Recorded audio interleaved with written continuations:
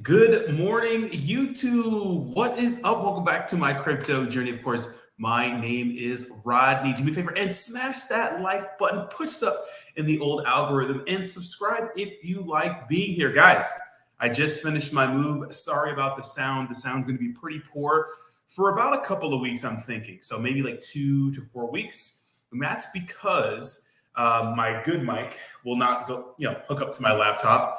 And I had to send my PC out yesterday because it did not survive the move. So you're gonna get some echoey sounds, but just let me know in the comments if you guys can hear me and those sorts of things. But let's shake off the Monday blues with some cryptocurrency news, baby, and let's get it, baby. Let's get it. Let's get it. Let's get it. Let's get it. What's up, Jason? How you doing? What's up? What's up? What's up, fam? How you doing? How you doing? We have a lot of news to talk about. A lot has happened over the last week. And the crazy thing is, it's like literally, like as soon as I start moving, the market starts to run. Absolutely insane. Is the echo bad? How bad is the echo? It's probably really bad. Yeah, so sorry about that, guys. Just, bear with me here. Bear with me here. It's going to be pretty poor for a while, but yeah, I'd be like that sometime. But what's up, babies? How you doing? Welcome, welcome, welcome. What's up? What's up? As you can see, my office is pretty empty, but I'm going to be getting the sound treatment here very, very soon. The sound panels, rug, all that good stuff. It's coming in the mail. What's up? What's up? What's up? No, I did not shave yet. Let's get started. I know. Believes, yeah. My sound was good in my last apartment, so it'll get better. It'll get better. But this is my office. It's pretty sweet. It's not too big, but it's perfect for a studio. And it'll be up and running here soon. I think it takes like 2 to 4 weeks to get they said it's usually 2 weeks to get the computer fixed and sent back, but I think it's probably going to take a little longer than that. So computer mic plus empty room equals bad sound for the time being, but bear with me because we have some cryptocurrency news. First, let me say hi to the chat because I missed you guys. Of course, got my Javi coffee this morning. What's up, Cam OG, Cryptomania, Ben Rex, good morning, Gabe. Yes, fellow Virginia, I am in Virginia, babies. James, good morning. Javi, got my Javi coffee. That guy, good morning. Franco, Club Crow, what's up, what's up? Selmo Fudd, XRP Army in the house. What's up, bud? Sacco, manager, you're my manager. You're supposed to handle this stuff, bro. Where's my new setup, bro? Where's my new setup? We have... Sacco, nope, not coming back. I love it here. I love it here. Who we have in the house? We have Yellow. Maybe well. Good morning, Boomer effing Sooner. Good morning. Good morning. Good morning, everyone. How you doing? El Parasito, Jason, Joni. What's up, baby? How you doing? Brandon, Donkey Dong. Good morning. Frank Garcia, Sirens. What's up, Bleeves? How you doing, baby? Brandon White, Tennessee here. I drove through Tennessee. And it was actually really, really nice. Carl, good morning, sir. Slim Cheeses. Awandi, what's up, baby? I did not shave. Jay, what's up, Tim? How you doing? MetaMonkey AI family in the house. Guys, we already have 90 people in chat. Smash the like button. Push us up in the old algorithm. Who else do we have in the house?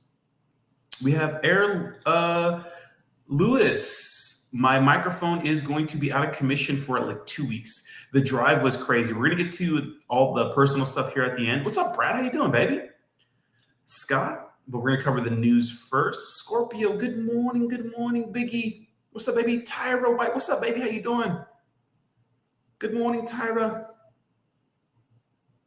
Yeah, I do, Brad, but it's going to be a while before I can get that stuff. So it'll be soon. Just bear with me for a couple of weeks here. Jayhawk, good morning. What's up, baby? How you doing, Jayhawk? Sacco with the $20 donation says, Rodney, money, shave your ass. Razor money, shave your ass. Absolutely not. Never shave it again. Stin, how you doing? New crib is going well. Just still working on this. Everything else part of my new house is pretty much set up. Ciao, good morning. Yes, like the stream. Smash the like. What's up, Brian? How you doing? All right, let's get into the news here, guys. Of course. Okay, so the overall cryptocurrency market looking pretty strong. Obviously, we ran pretty significantly over the last week. Now, why did we start running?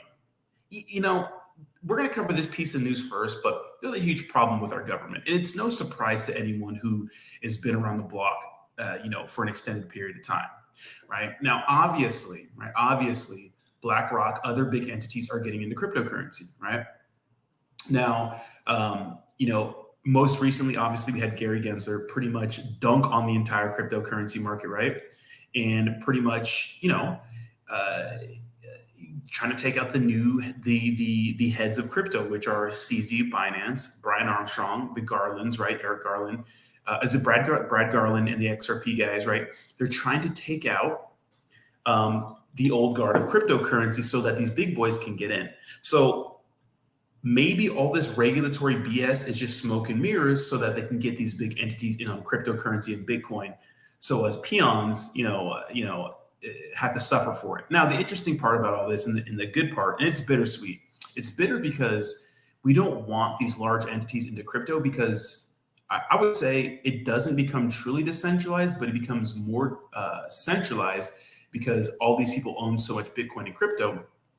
But at the same time, it's sweet because it'll pump the price up and benefit people holding meme coins, some meme coins, obviously, Bitcoin and other cryptocurrencies like Ethereum and more established projects, if they don't get labeled securities by the SEC, which I think that we're going to be fine here. Remember, like all this stuff with the SEC is legal BS, right? It's going to it's going to take some time for this stuff to play out in court, and they're probably going to reach a settlement. I'm not sure CZ is going to get any criminal charges. Coinbase is going to be fine and those sorts of things. So I think going forward, it's just crazy to see how much BS this is, right? It's just crazy to see.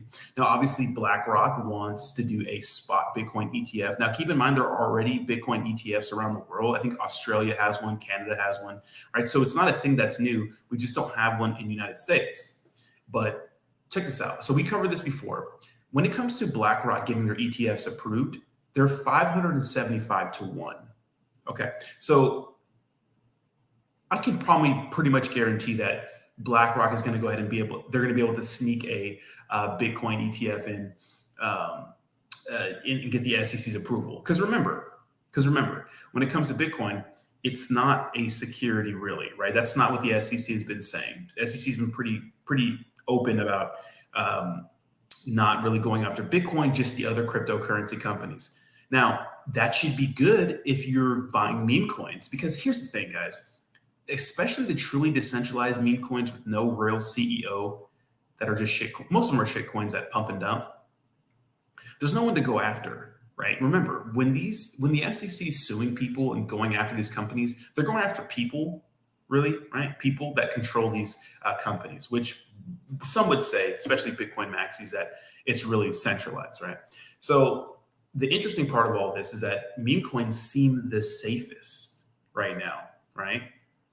I mean, if you're holding XRP, you're holding Cardano, you're holding Matic, you're holding all these cryptocurrencies that are like controlled by others in the space or have CEOs and stuff like that, maybe had initial coin offerings. Those are the ones that I'd be worried about, because ICOs, you could see that they're pretty much being labeled as securities, right? Because you're getting crowdfunding and stuff like that, right? So famously, Binance had an ICO, right, in 2017. To launch their exchange and stuff like that. So meme coins seem the safest. So that's the problem with our government. That's the problem with Gary Gensler and the SEC, is that the thing is, everything's controlled by elites, right? Money and companies and corporations rule everything, right? That's what it is. Money's, companies, and corporations rule everything, right? They own everything. Okay. So when it comes to who really has the power, it's the corporations. It's not the government, right? It's not, Democrats or, Republicans. It's the powers that be. And the powers that be like cryptocurrency, if the powers that be want a fucking ETF, a Bitcoin ETF to get passed, it's going to get passed. I guarantee you it's going to get passed. So, if that should be concerning and those sorts of things, but it also should be great because it probably means cryptocurrency is safe. Now, I was watching a video by Alex Becker, and I thought it was really good. It's like, there's always been this power struggle between us normals and the elites in the space, right? Or just in the world, right? And the truth is, it's always going to be like that. There's going to be a small group of people who control everything. You can either complain about it or you can become more powerful, right? So, do what you got to do in your personal life to achieve that. But I think it's a good thing to talk about, like the Matrix and the Andrew Tates. Everything's against you. It's like, yeah, probably, but it's always been this way. So might as well make something out of yourself during the process, right? So that's the whole problem with the SEC and the whole issue, in my opinion, when it comes to you could say issue, or just like you just know what's going on, I guess, like just knowing like how things work when it comes to this whole cryptocurrency thing. I'm pretty sure BlackRock's going to get approved for this because they got money, right? They got pull, right? Now, obviously, BlackRock isn't the end all be all. They're not batting 1,000. Remember, BlackRock famously supported FTX and Sam Bankman-Fried, but it is what it is. Okay, so the overall cryptocurrency market is sitting around a $1.18 trillion market cap. And like I've always said in the past, as long as we don't go up below $1 trillion, it's not really that bad. Now, guys, keep in mind, this time last year was chaotic for cryptocurrency, chaotic for Bitcoin. Remember, we had famously, right, go to year to date, the whole collapse of FTX. I mean, things were bad, right? Bitcoin this time last year was at $21,000. And then we had the FTX collapse moving all the way down to a high $15,000. People were freaking out. End of cryptocurrency, it's over. And since then, we've been pretty strong, even though we've had a lot of FUD, mostly coming from, regulatory action with the SEC suing everybody and their mom, right? But we're not as low as we were last year. So all in all, it's been a green year for crypto. It may not seem like it, but for Bitcoin and most stable cryptos, it's been a pretty green year. So that's really something to think about, right? It's really something just to really think about. And a lot of people freak out about that, but it's really something to think about. And a lot of people are freaking out about Gare Bear and stuff like that. But I mean, the grand scheme of things, I spilled my coffee. Jesus Christ, can't even drink. It's not so bad. It's not so bad at all. So, obviously, what this shows me, right? Because remember, we had all these crazy Super Bowl commercials in 2021, and this year we didn't have any because, like, honestly, the Super Bowl was in February. Collapse of FTX happened in November. Let's stay away from football companies. But what we've noticed is that, usually the harm in crypto comes from ourselves, right? It's these collapses of big cryptocurrency exchanges and these big cryptocurrency, coins like Terra Luna that can really pull down the entire market. So even with crazy regulatory action, we're still looking pretty this last year. So I'm bullish on crypto. I'm bullish on Bitcoin, baby. Keep dollar cost averaging, because the truth is no one can tell the future, right? I was watching Cryptos R Us this morning, and he made a good point. And he said that everyone's calling for a 12K Bitcoin. Everyone's calling for like a low. That makes sense. I get it. But at the same time, you can't really guess or predict BlackRock wanting to get into crypto, right? You can't predict those sorts of things, right? And you can't predict the SEC trying to regulate cryptocurrency out of existence. And you also can't predict the fact that, China, which literally banned cryptocurrency in 2021. Today, we got this breaking news saying Hong Kong's largest bank, HSBC, to offer Bitcoin and Ethereum ETFs to customers. Now the script has flipped when it came to China and Russia when it comes to cryptocurrency. I remember Russia didn't like cryptocurrency mining. Same thing with China. China outright banned it, and I think Russia banned Bitcoin mining in Russia in general. Someone fact check me on that, but I think that's what happened, right? And it dumped the cryptocurrency market. So this is bullish news, right? More big institutions, more big money getting into cryptocurrency. That should be very, very that should make you feel good, right? So this is big news this morning. So we're going to read this, and then we're going to get into the next piece of news. It says HSBC enables Bitcoin Ethereum ETF trading in Hong Kong. Now, obviously, Hong Kong is different from mainland China, but remember, it's still part of China now. You know what I mean? The funny thing about PEPE is that PEPE became a symbol of hope when Hong Kong was resisting, turning into mainland China, or China getting, Hong Kong back, because people in Hong Kong like their independence, right? long story there, but it says Bitcoin exchange traded funds ETF have garnered significant attention within the crypto industry lately. This is following the plethora of platforms seeking approval for such products in the United States.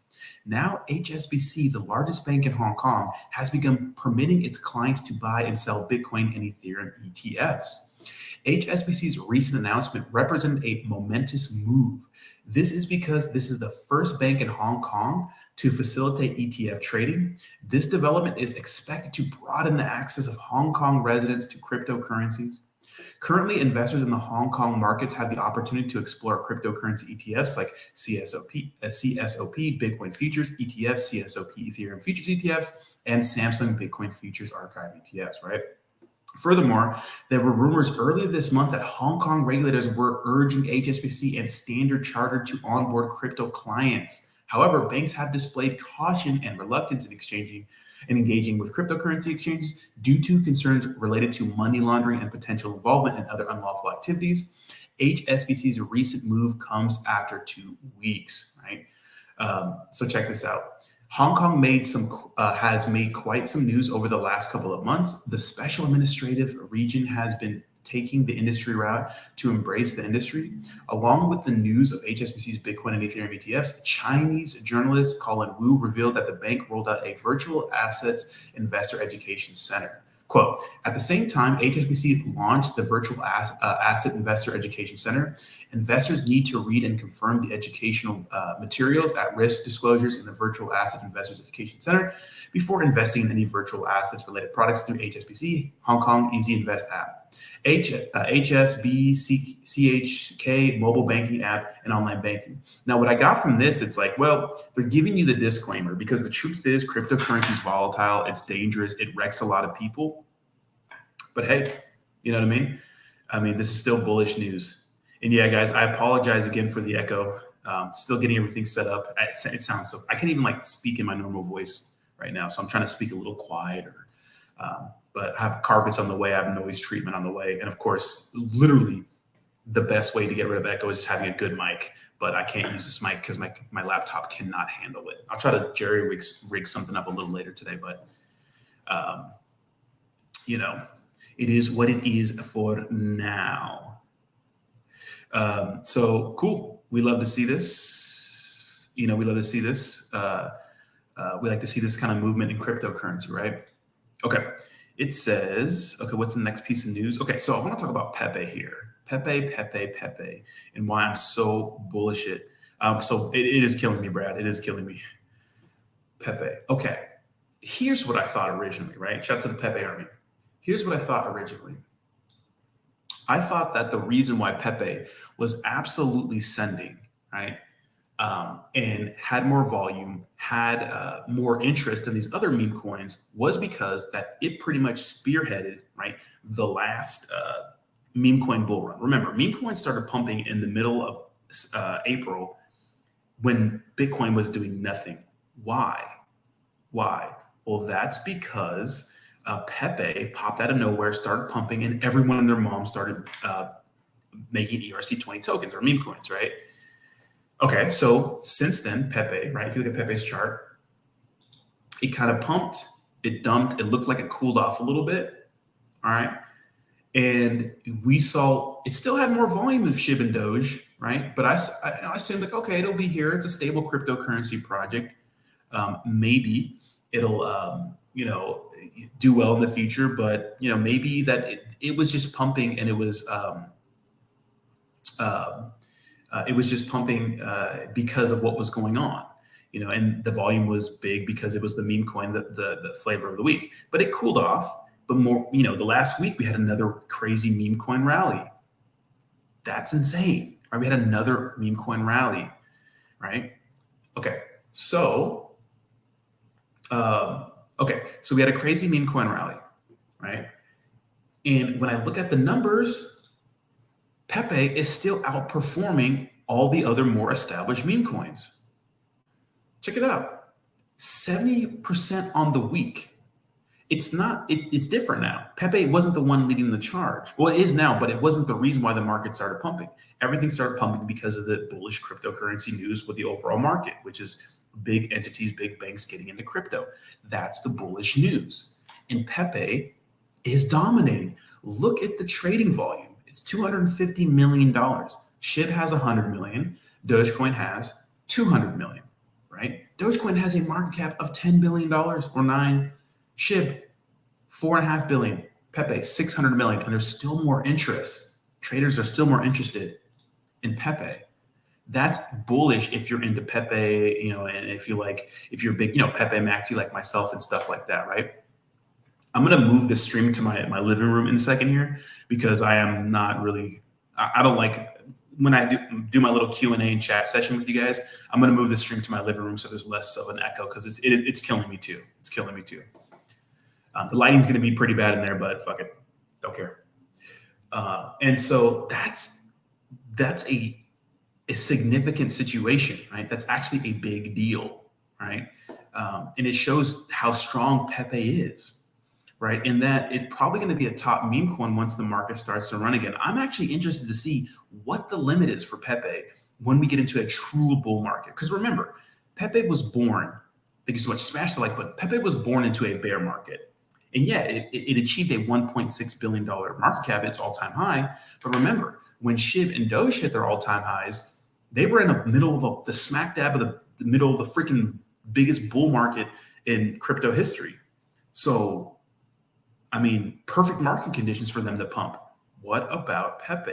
What does Pepe do? Very, very interesting, right? Very, very interesting, right? So if you're a Pepe maxi like myself, it's good news to see that, because it's true data, in my opinion. It's true data. Because I couldn't give Pepe too much praise when it started pumping, because I'm like, oh, well, maybe it's only pumping because it started this last meme coin rally. But no, this rally has nothing to do with Pepe, but has everything to do with the overall cryptocurrency market mooning. And look at 6% on Dogecoin in a week is great. 9% on SHIB in a week is great. But what's better is 71% for Pepe, right? So that's very, very interesting, right? Very, very interesting. And I'm going to go to the BitBoy situation here, guys, but I'm going to move downstairs because I don't like the echo.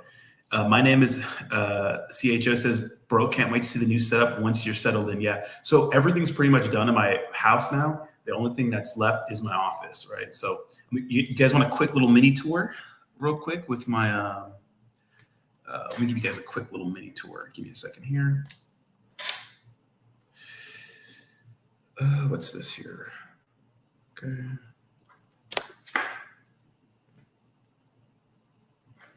Give me a second. I'm going to try to keep this on there. Okay, I should be able to move it now. Give me a second, guys. So this is my office. Boxes everywhere. So I have some noise panel.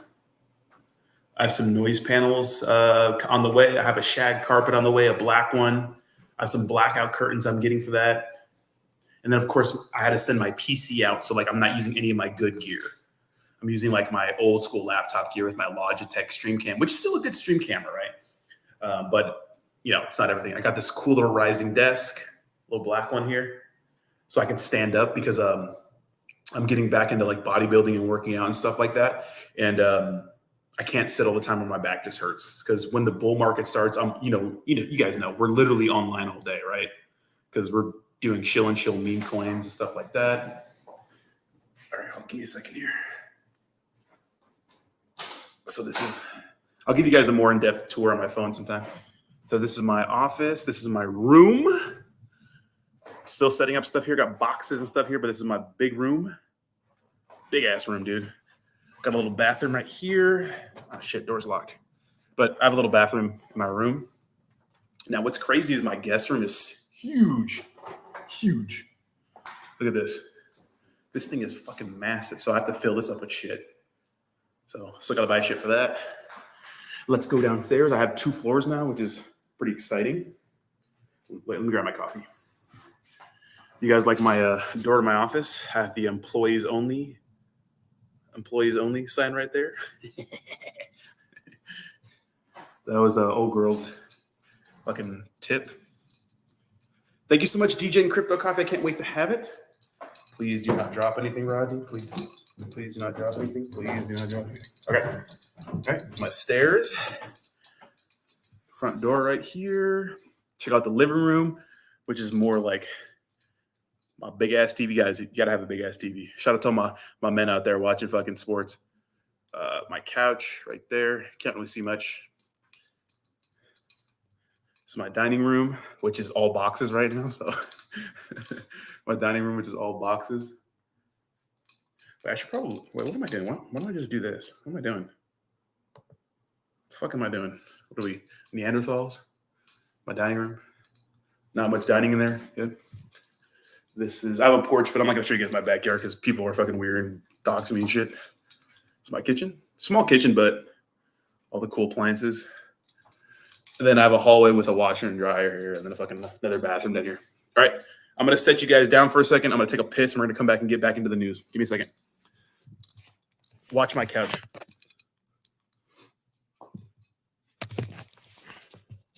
BRB.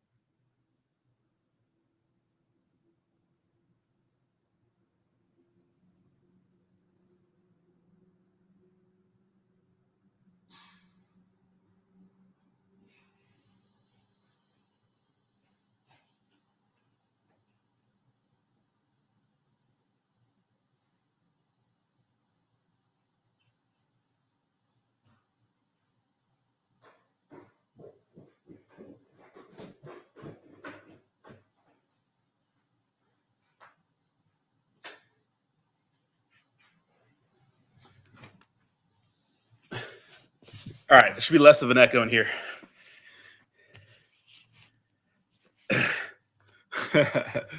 There are no stuffed animals on my bed. Shut your ass up. Don't start that rumor. There are no stuffed animals on my bed. Sorry, guys, lighting's going to be bad for my face, but let's get into the BitBoy crypto news because that's very interesting. Give me a second here. Remove. Share screen. Let's do this. Do tab. Twitter.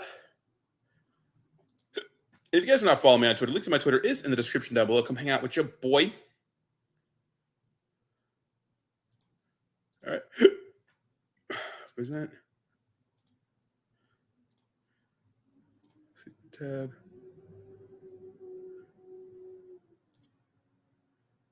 Okay.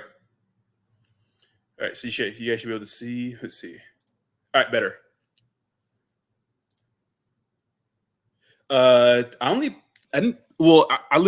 didn't buy the house, so, and it's a townhome, but it's only $2,200 a month, which is $600 cheaper than my apartment in San Diego, which is crazy, right? And then plus I have a washer and dryer and shit like that, and like central AC. It's just way better, way better. All right, no lighting, but better sound in here. So, okay, let's talk about the BitBoy crypto news because this is very interesting, right? Okay, so obviously, I'm not the biggest fan of BitBoy, and I think this is such a cowardly way to go about things. So if you guys don't know, right, BitBoy crypto, right, and this Ben ETH guy, which a lot of you guys should know, right, they came up with a cryptocurrency project, right, called, so Ben.ETH came out with this token called Ben token. Now, BitBoy was never involved in it, and there was rumors about him being involved in the beginning, but it wasn't exactly what happened, right? So Ben.ETH created Ben token, but BitBoy heard wind of it, got caught wind of it, and decided to say, hey, let's partner with this Ben guy. This guy I randomly met on the internet. Remember, you randomly met this guy on the internet, and he's trusting this guy with another token. Ben took the keys over, took like some liquidity and stuff like that. So BitBoy crypto, right, is part of this project now. Before BitBoy crypto and this Ben ETH guy started coming out with shitcoins, he had about, I don't know, 10,000 followers, something like that, significantly less than 112,000 followers. Now, I like the glow up for this guy. I like the fact that he's building a big social media presence. But when he was doxxed about a week ago, and I made a video on that, just go through my history. And when you look at this guy, I'm not saying that you should judge a book by its cover, but he had videos on his page of him handing his baby mama cash for child support and having her say, "Oh, Ben doesn't owe me any more money for child support because he paid me." Now, look at. I'm not saying that's dumb as fuck, but that's dumb as fuck. Like, what goes into your brain and thinks that's okay to post that? Like, on your public Facebook, to hand your baby mama child support money in stacks of hundreds. Not sure how you got that money, and just put that online. To me, like a real, like legit person doesn't do dumb shit like that. A person that I trust wouldn't do dumb shit like that.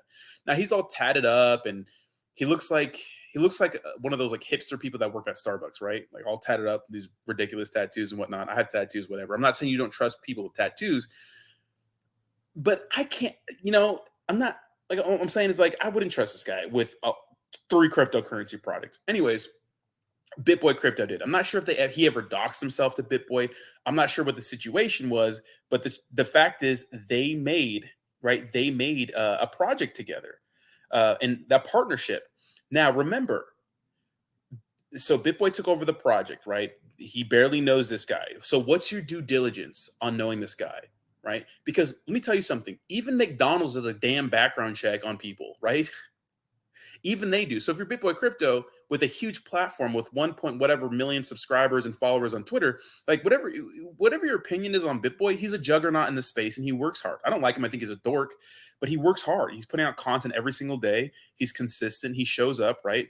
And he's been in this space for a long time and he's rich as fuck. I'm sure he's done some pretty scummy things like sue other YouTubers for saying mean things about him and stuff like that. But he works hard. So I do respect him, right? But if you have a platform that big and you're making these partnerships with these people, don't you think you would do a little more due diligence than hey, I met you online or whatever? Now, I thought it's been coordinated from the beginning that this was some sort of like, some project that they talked about and just set it up like it was some new thing. Okay, so whatever, right? So BitBoy Crypto and Ben ETH are friends. Ben.eth launches Loyal token, right? Or excuse me, PSYOP token. That pre-sale, right? It was a pre-sale. It wasn't a traditional pre-sale in the sense that you would use Pink Sale or Pulo. It was a pre-sale that you would send money to an Ethereum wallet, obviously, and then you would get your airdrops before the launch, theoretically. Now, people are not familiar with this sort of pre-sale, but we've seen it with Richard Hart and Hex, right? They did the same thing. If you wanted to get in on PulseX, the new crypto, you would send money to this wallet. They recorded it and they sent you your tokens before the token launched. Pre-sale, right? They'll send you their tokens. It's kind of one of those trust things. Now, here's the thing. Richard Hart called it a sacrifice, which saying, hey, if you send money to this wallet, you may or may not get tokens. It's a way to, you stick it to the man, the government, right? Because if you the real issue these cryptocurrency products are having in the space with the SEC is being classified as securities because they're doing ICOs or pre-sales, right? Initial coin offerings, right? So if you say, hey, give me this for this, that counts as a security technically. So Richard Hart named it something else. These guys, Ben ETH and BitBoy Crypto did not. They did not do that. So I don't know if there's going to be some SEC involvement later, but it seems, I don't know. We'll see what happens, right? Okay. So they did the PSYOP pre-sale. The pre-sale went horribly. They didn't airdrop people's tokens in time. They had the liquidity pools all jacked up. So people were swapping tens of thousands of dollars and getting like equivalent to like a couple $100 of tokens, right? Some crazy shit like that. You got your tokens well after the launch. Fine. So BitBoy was hyping it up, promoting it, whatever. Okay, that went shit. Then Ben ETH came out with Loyal token. That raised $14 million. So double. After people got wrecked on PSYOP, they bought Loyal. I didn't participate in any of this, but I'm not surprised that people did because we're degenerates. A lot of people have extra money. It's crazy, right? Okay. That pre-sale goes bad too. BitBoy Crypto makes a fucking front-facing video in his backyard or somewhere, right? In his tank top, pretty much saying that they're going to be competitors with Uniswap. PSYOP is, right? Cydex. And Loyal token is going to reward Ben holder tokens, right? It's a loyal token. You would get rewarded. Super Bowl commercials they talked about. NBA logos they talked about. Competitors with Uniswap. Those sorts of things. Okay. BitBoy Crypto literally says he's going to launch it sometime tomorrow. Imagine if you were getting something done and BitBoy said Ben ETH is going to launch this project tomorrow when he wakes up. whenever that is. Imagine if you're like dealing with a professional service and they tell you, oh, yeah, we'll get it to you tomorrow whenever so and so wakes up. No one would put up with that because that's not how real legit projects run. Now, here's the thing. I don't mind shitcoins. In fact, we talk about shitcoins all the time on my page. I love shitcoins. I think they're fun. I love gambling. I love getting into shitcoins. I think they're absolutely fun, right? Don't you think so? You get in, make your money, and get out. But what do we know? We know that most of them are pumping numbs, and if you miss the boat on some of them, you miss the boat. You just do. There are more established crypto meme coins like, SHIB, Doge, Floki, Pepe, ones that have been around, stood the test of time, tried and true. Yeah, they're down from their all-time high, but they're still here. They're probably not going to rug, right? But I don't like it when some asshole like BitBoy packages it as some sort of revolutionary project and tries to feed us a shit sandwich when I knew, and the entire time I talked about it, was live with Jake. We did live streams. It was just another shit coin. And I'm okay with that. But don't tell your more gullible audience, because let's be honest, a lot of people are gullible in crypto. They don't understand that meme coins are quick plays, right? They're like fucking gambling, right? And tell them that's to be some revolutionary project because people are going to buy these things and hold them. Okay, so the pre-sale happens. So the pre-sale happens for $14 million. They fuck up the launch again. Okay. Now, BitBoy Crypto and Ben ETH are beefing. BitBoy Crypto blocked Ben ETH and said he's no longer part of the projects. What's the fucking problem? Well, the problem is you helped this guy achieve a huge amount of status with a ton of followers. You helped him launch, you took over one project that is now his. Ben ETH is now BitBoy's, right? He's owning that project. You help him raise $20 million for two projects that look like absolute fucking rug pull. And now you're going to be like, I'm done. Ooh, yeah. And they're fighting now. They're going at each other on Twitter. So what you're telling me, like, what this guy that you just met on the internet, that you trusted, that you promised everyone in the world with these tokens, that everyone put their hard-earned money to, because you're BitBoy and people follow you, and now they rug, or they look like rugs. They're not rugs, but they look like rugs. And now you're like, oh, it's not my problem anymore. This guy, I don't trust this guy, or this guy's a bad person. It's like, yeah, no shit, guy. He probably was a bad person. Why didn't you vet him properly? Why would you tell us that you're going to get us like all these crazy things and give us all these crazy things when you didn't vet this guy properly? You didn't vet this guy properly. Why are you talking about Super Bowl commercials and these long-term partnerships and Uniswap competitors, and NBA logos if you didn't vet this guy properly? Why would you plan for a multi-year, partnership if you didn't vet the guy properly? That makes no sense. And now you're gonna be like, oh, it's not my problem anymore. It's like, it's crazy. It's crazy to me. Now BitBoy Crypto's like, it's not my problem. And this was like the biggest story of crypto until the SEC and Binance situation happened, which took all the attention off of BitBoy.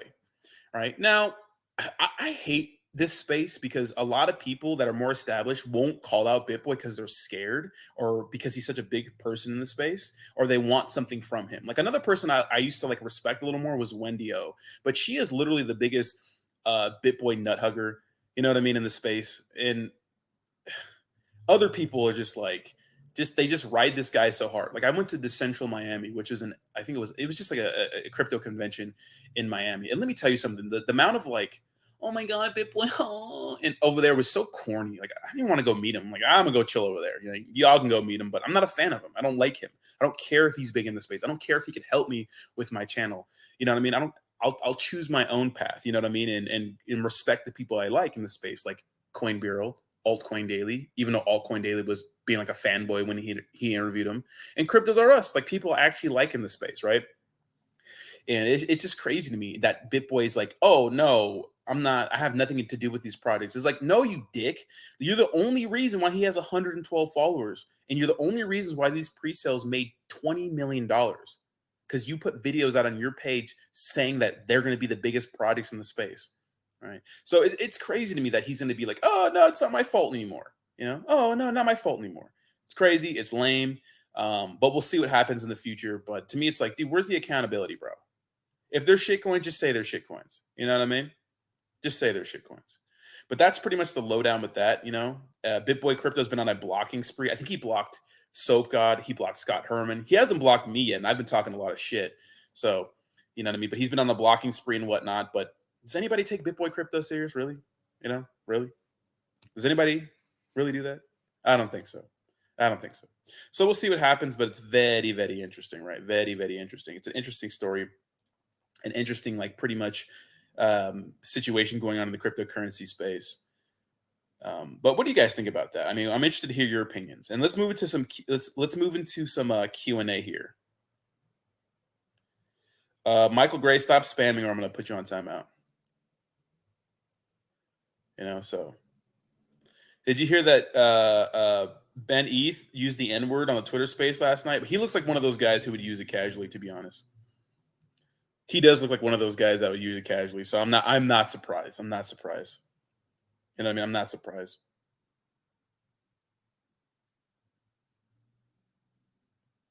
Buy it into it again, like a woman with 6 baby fathers. It's crazy. So many people were donating to this pre-sale. It's crazy. Talking bitch showed seriously is like taking a yeah, exactly. Um, yeah, you know, to me, the lawsuit with the toes is what really got me, which pissed me off. BitBoy got psyoped. Benny took half of the BitBoy's audience and made bank off of BitBoy's hyperbole, and then hyperbole, and then I always read that wrong. Hyperbole, and then BitEth pissed him off on purpose so he can have the whole project long term. Maybe he got psyoped, but it's like if you're freaking BitBoy, how do you get wrecked that bad, right? Yeah, 1,000 ETH, crazy, right? What's up with Volt? I don't really talk much about Volt anymore, but I mean, I think they have a potential to do well in the space. It's just they're going to need some time, right? They're going to need some time, right? So I like BitBoy, and he has a lot of influence on the space. I think he kind of onboard a lot of people to cryptos. He can, but like, I mean, if you're just okay, so what happened was if you're that this was middle in the new meme coin craze. Like, I haven't had someone to reach out to me about a meme coin since like Shib and Doge were running in 2021. I had people texting me saying, "Hey, what's up with Pepe?" And they launched those token projects in the middle of a bull market. So if you're getting into cryptocurrency and you're buying loyal token and psyop token because BitBoy told you to, or you donated to the pre-sale, and you get absolutely rugged, crazy. I mean, yeah, it's nuts. How the hell do you use the N word casually? It's like where rappers use it in the uh rappers use it in like that's how you casually. People use the N word casually all the time in like rap songs and stuff like that. Man, thank you so much. Yeah, VA has been great. DJ and Crypto Coffee, can't wait to get your coffee, man, and drink it and get free coffee forever as long as I keep promoting your project. You're gonna have to make me put there's paid advertisements on every stream. Won't those two be held accountable of scamming people? Well, technically, it's not a scam. So I'm not saying BitBoy scammed people because technically it's not a scam, right? Keep in mind that there we go. Keep in mind that it's they're still projects. It's just that will they ever recover? No. Right? Will Pepe be listing on Coinbase? Maybe. I think so. We'll see. Because the only two meme coins that are on Coinbase are Shib and Doge. Right?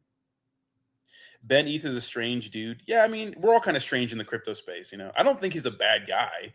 I just or maybe he is a bad guy. I just think that I wouldn't trust him with a long-term project. I just wouldn't.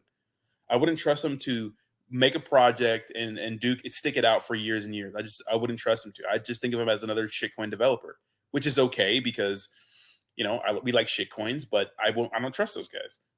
You know, so I should have maybe will. You should be friends with BitBoy. I think you both have some same philosophies. Well, yeah, we could. So me and BitBoy both speak our mind. What I would never do, say for example, I gained 1 million subscribers, and there was another YouTuber saying mean things about me because it's YouTube and people say mean things all the time, and that's just life. I would never sue them. I would never make a lawsuit and said I'm suffering from like depression and stuff because of the mean things another YouTuber said to me. Because there's a commentator called a Tozy in this space who speaks on like current events or things that happen. He made a video calling BitBoy a scammer because BitBoy promoted some tokens that pumped and dumped, right? That happens. Everybody in crypto has promoted tokens, taking partnerships. Everybody has, especially if you're a more established cryptocurrency project. And most of those projects don't work out. Some will tell you that they're just shit coins. They're here for a good time, not a long time. Some won't, right? And if I promoted something and someone made a video about me calling me names, I wouldn't sue them because they said mean things. And then what I wouldn't do is rescind the lawsuit once everyone started going against me on Twitter. It's like the only reason why BitBoy got out of that lawsuit was because people were coming at him on, even execs and XRP were like, "What are you doing, dude?" And then he's like, "Oh, sorry, I didn't think people were gonna know." It's like that's some real bitch shit. You know, that's some real low life stuff to me.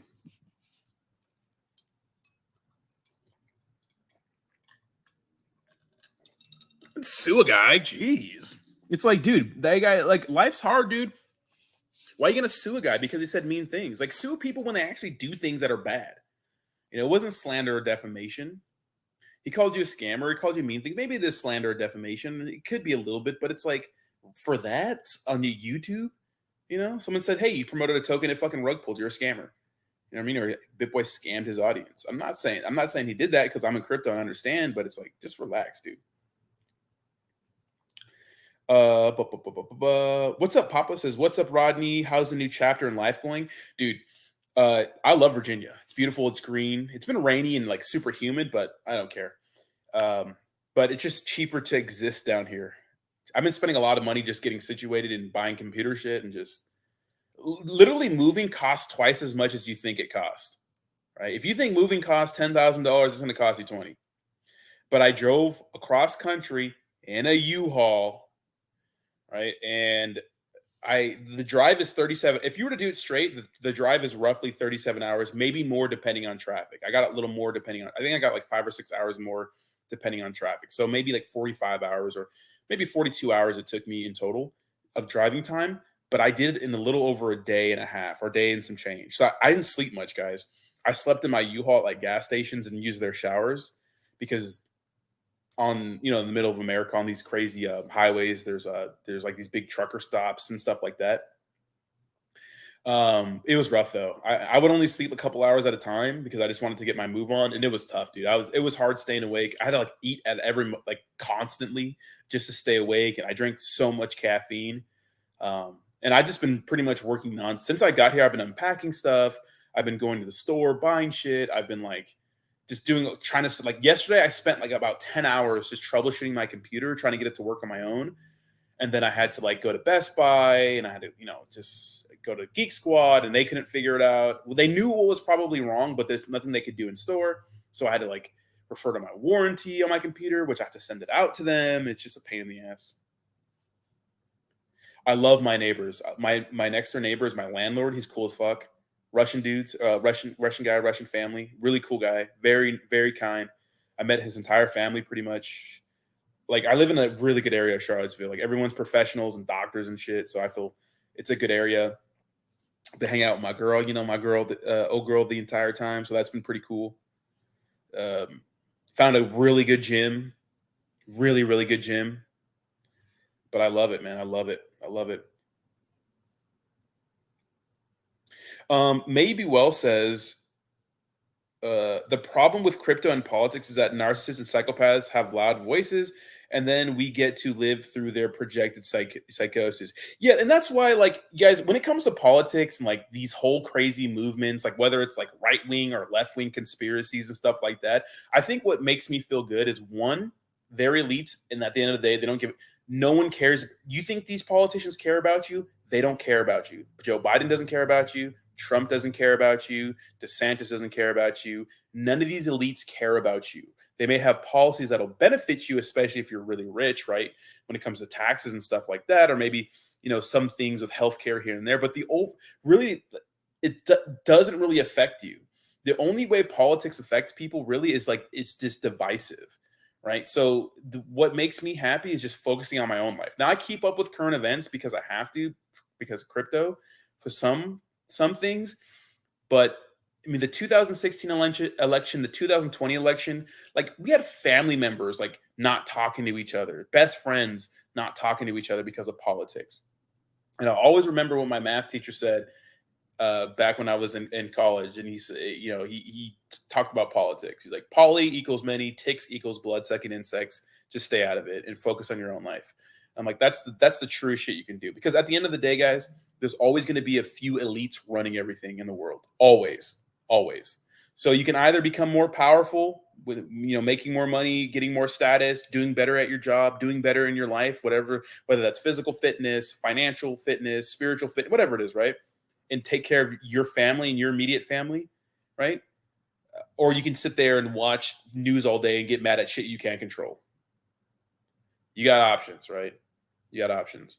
The war in Ukraine, regardless of what people think about it and how much money we're spending, the reason why we're in Ukraine right now is because we're trying to preserve the American way of life. And what's the American way of life? Well, the reason why we have it so good here in Western cultures, and the reason why we have the fucking privilege to think about the future, right? What is thinking about the future? Sacrificing the present moment so that you can live well in the future, right? What is that? Not spending too much money, working hard to make more money so you can put your kids through college. We sacrifice so much in the present moment to benefit in the future moment, right? Maybe not going out to eat that bullshit or going out with your friends to drink every week because you have a fitness goal. Because we can. Why? Because our basic needs are covered. Most people, there's a lot of homeless people, yeah, but most people, I mean, we have housing, right? Food, right? Even if you're poor, you get food stamps. I grew up on Section 8 and welfare, right? And food stamps. So those things are provided by the government. You have to apply for them and wait a little bit. But, you get those two things are covered, right? And safety. We don't have fucking war-torn areas where people are, shooting each other in the streets unless you live in Chicago, right? But most places, you're pretty safe. You don't have to worry about some people kicking down your door and killing you and, raping your freaking wife and stuff like that. You know what I mean? Like, we don't live in a third world country. We have the privilege to live here. And the reason why we have this is because the United States outsources resources from other countries so we can reserve the resources we have here. We're making sure our military is in every part of the world because that gives us a tactical advantage over any military in the world. And that's it. Right now, this war in Ukraine is business as usual.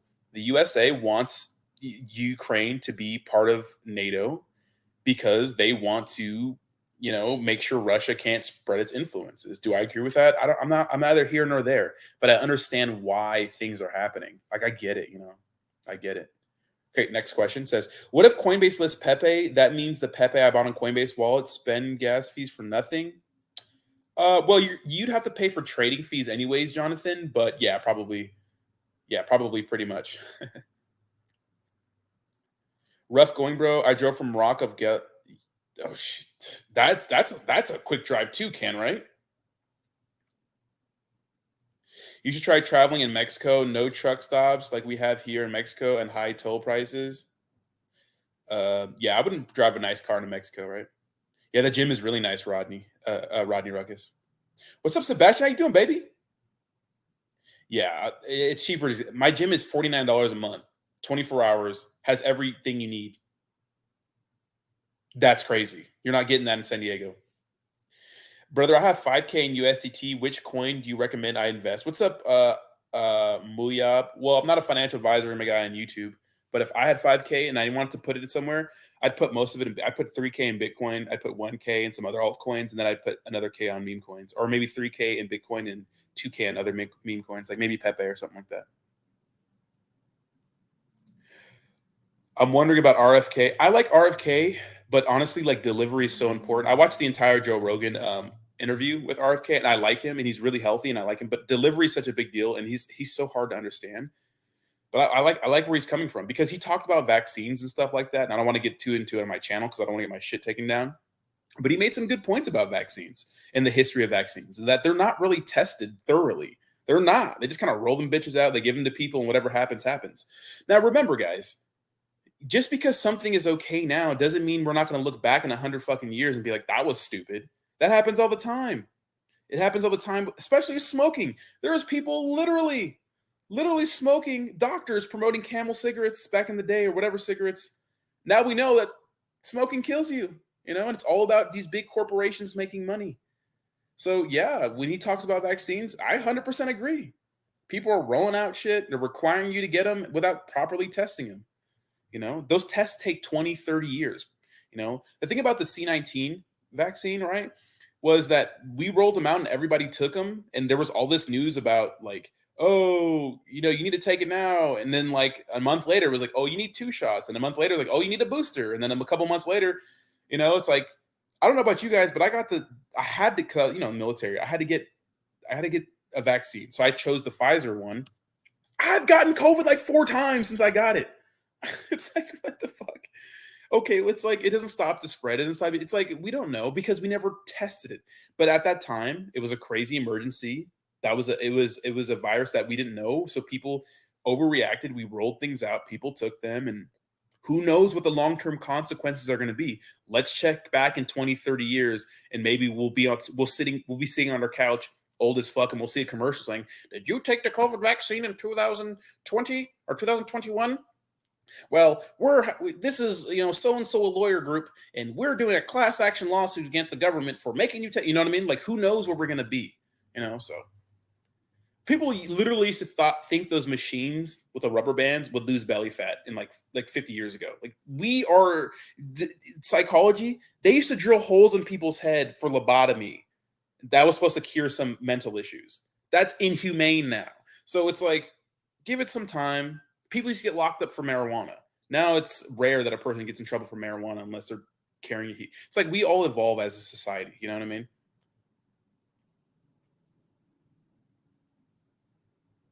I agree. I'll be down your way in two. Hey, what's up, Matty B? What's up, Rich's Ball? How you doing, baby? Shut up, Jayhawk. Thank you, UD. I appreciate you, bro. I appreciate you. 100 years, I'll be looking like Rodney. Right? You got the. I had to. If you didn't get the vaccine in the army when I was training, they didn't let your family come to. They didn't let you participate in graduation, and your family couldn't come to graduation. I've become so disgusted with our government. I don't want to talk about it. It minimizes the adverse effect. No, it does not. I had a friend get the vaccine and he almost died. And he's the most healthy person I've known. Maybe it does. It didn't do that for me. I've never been so sick in my life. Right. But I had people who got it, didn't get the vaccine, and they were like, okay. So it's like, I think the jury's still out on that. I only caught the beginning of Rogan's RFK interview. The party discusses vaccine and Mercury, and it's crazy. Yeah, it's crazy. I don't believe every conspiracy theory, but some of them are legit, right? Obviously, guys, like when it comes to like what the government tells us information, it's obviously not all legit. It's all about money and power, man. It's always been about money and power and status. Always, always, always. Here, let me hit the restroom real quick. This is my 3rd cup of coffee, and I drink 2 big things of water. Hold on.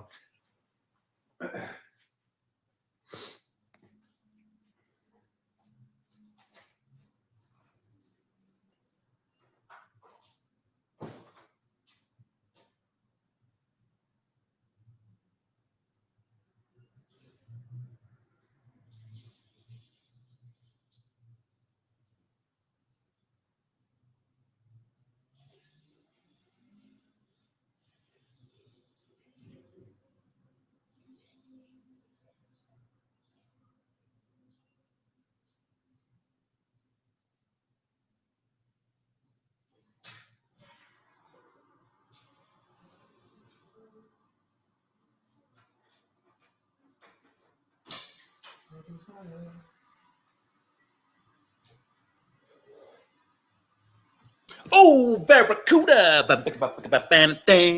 Ah, shit.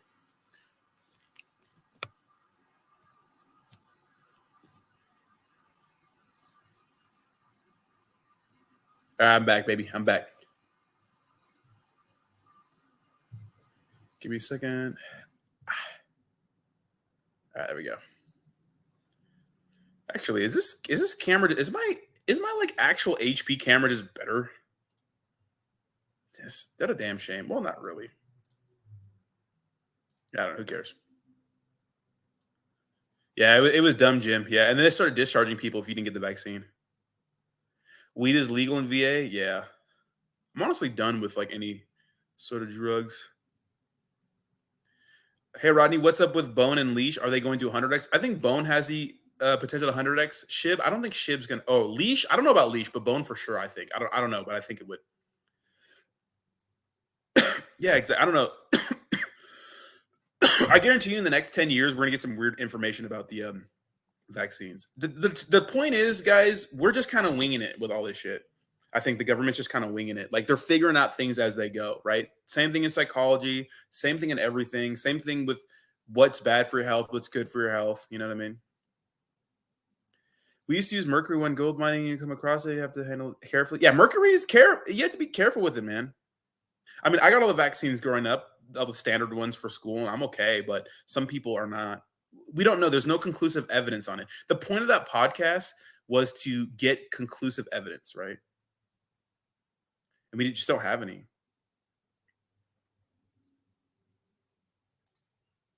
I knew something up when they announced that ones who were vaccinated. Really, I didn't know that. Yeah, I don't want to get into the vaccine talk here because I don't want to get wrecked. But oh, there's another. Yeah, so people were like pretty much like they're mad about Elon doing those doing the verification marks for Twitter, like to pay for them, but it really has helped people like know that it's not the real Rodney following them, you know. So be careful of those guys. I'm not gonna DM you and be like, hey, what's up with your trading? You know, what's up with how's your trading going and stuff like that. So every frog has its date. No, Milady has nothing on Pepe, dude. I know you keep saying that, but it doesn't. It just doesn't. There's no comparison, dude. There's no comparison. Anyone here in chat, if you're in SoCal, come to my gym. If you're all in UFC, I'd love to meet up with some DJs. That'd be awesome, man. We still have to have a DJ meetup. Dude, I can't wait to have I think my studio is going to be complete in 2 weeks. I think 2 weeks will be perfect. Well, it depends when I get my computer, but anyways, I'll at least have better sound in there because it's an empty room. There's nothing in there, but I'm getting a big carpet. I'm getting some noise treatment panels. I'm probably gonna put like a chair in there, some furniture, and over time I'll just add more stuff to it. And then what I also have planned is I got 2 lamps. And what I'm gonna do is on a green day, I'm gonna have green lights in the back, and on a red day, I'll have red lights in the back. So it'll be pretty cool. So something I thought about in the shower one time. Yes, I was thinking about you guys in the shower. Hey, farmer. 40 what? Jayhawk 40 what, bro? Pepe, Shib, or both? So here's the thing. Like I was talking about this earlier. Man, when it comes to, I just think that Pepe just has a higher upside, right? Like I'm not even like I'm a Pepe. I'm obviously a Pepe maxi. Like I love Pepe, right? But when you look at the top meme coins, it's just crazy to see the amount of volume in Pepe. It's so much bigger than Doge. It's so much bigger than Shib, and it's newer, and it has more volume, which is more. The market cap isn't higher, fine. Maybe the liquidity is lower, fine.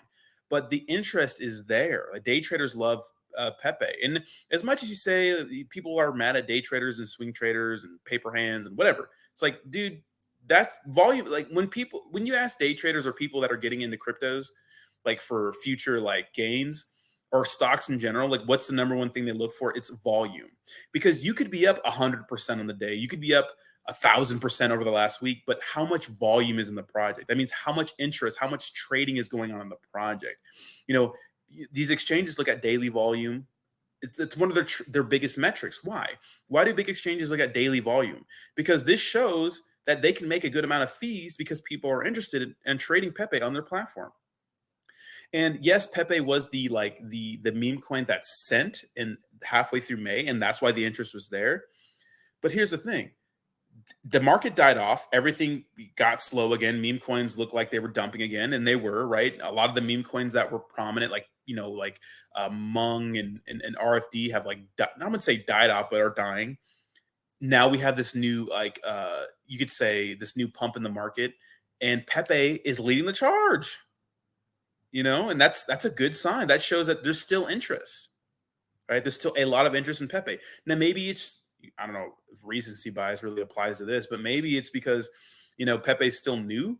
But if I had $1,000 and I wanted to make the most of my money in a meme coin, I'd put in, and it was a safer one, I'd do Pepe. Because look at it, it's only at a $618 million market cap.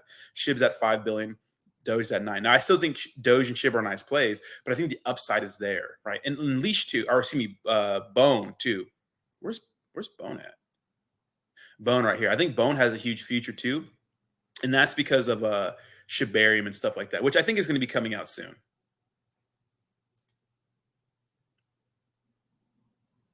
Exactly, Big A. Yeah, never buy crypto that doesn't have any volume. Yeah, true.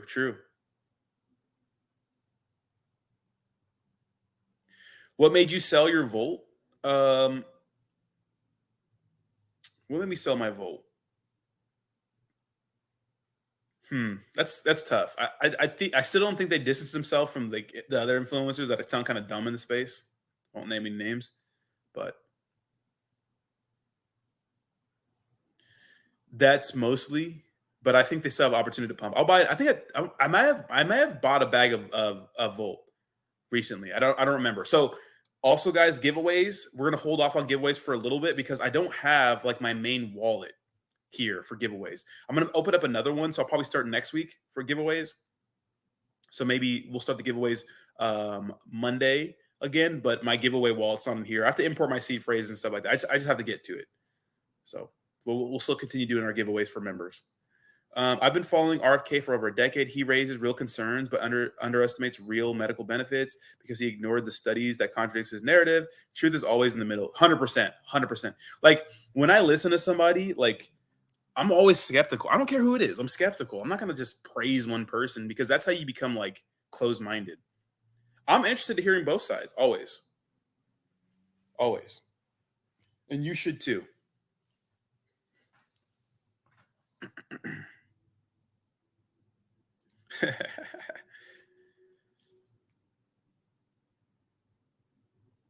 Yes, do the media. Oh my God, the media, guys, is so insanely biased.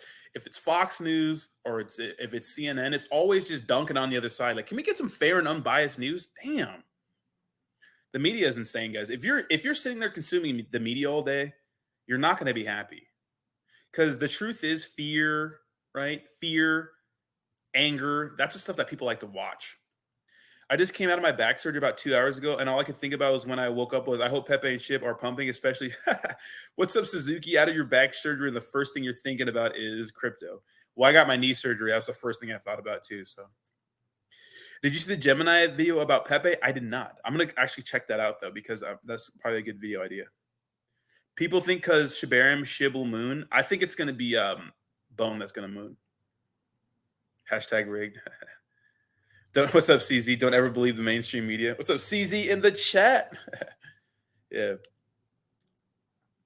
The HSBC news is pretty cool, though. I mean, that's like, to me, that's promising, right? Let's see, Watcher Guru. To me, that's super promising, right? I love to see it. So Hong Kong's largest bank to offer Bitcoin and Ethereum ETFs to customers. I love to see that, man. That's bullish crypto. It's bullish crypto news. So we have, whoa, so I didn't see this. SEC, wow. So SEC approves first leverage Bitcoin futures ETF. Now, I do want to make a point that's really important is that the SEC hasn't really been going after Bitcoin. They've been going after cryptocurrency exchanges and other altcoins. So it's not surprising that Bitcoin, Bitcoin in crypto is pumping because of this news. But it doesn't surprise me that they would allow, ETFs, spot ETFs, right, and the futures and whatnot for Bitcoin, right? So I'm not surprised on that. Now, if they start letting other altcoins have that, I think that'd be interesting. Now, the difference between Bitcoin, guys, and other altcoins, because cryptocurrency is not the same. It's not all the same. People put it under this like one umbrella. It's not the same. Bitcoin is literally just a store of value, right? I mean, it's you. Then you can use the Bitcoin network, right? But it's like Bitcoin. It's like digital gold, you could say. So putting that into like a some sort of index fund or a way for people to get into it without being super exposed to crypto, you could say. I think that's like I think that makes sense, right? That makes sense. Um, but these other altcoins, I think, are the issue. The ones with the CEOs, the ones that are actually kind of more centralized than decentralized. Like, if you guys if you guys are really interested in like more Bitcoin stuff, watch someone called Traders University on YouTube. He has good Bitcoin stuff. He makes some good points. Like, I don't like him a lot because all he does is shit on other cryptos. Like, he always like celebrates the downfall of like Tether or like other like Cardano. Like, he hates on them, but they make good points about Bitcoin and stuff like that. And a lot of things like Ethereum, they're kind of centralized because especially moving from proof of work to proof of stake makes it more centralized. Because proof of work, it's like the miners compete for like your work, right? But when it comes to proof of stake, it's random, right? But it's still about who has the most crypto or Ethereum staked, who get who are the validators, right? So that's actually a big deal. And I heard rumors about them raising the Ethereum limit or the requirement from 32 ETH to like 16,000 or some crazy shit like that. Maybe it wasn't 16,000, it was like 2,000, but it was something crazy like that. It's like, I hope it was just a rumor, but I hope that doesn't happen because it does become more and more centralized, right? What else went on last week? So this was pretty much interesting. This was news that I knew about. It says Belgium orders Binance to cease crypto services in the country. So obviously, with these cryptocurrency exchanges, they start operating and then they get told to kick rocks. So, but nice. The most entertaining outcome.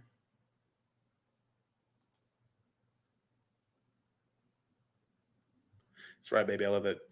Pepe just tweeted. It says, Elon says the most. Wait, what is this? This is a reply. The most entertaining outcome, as if we are in a movie, is the most likely. That's interesting. Man, thank goodness Elon Musk took over Twitter, man. That is such a W.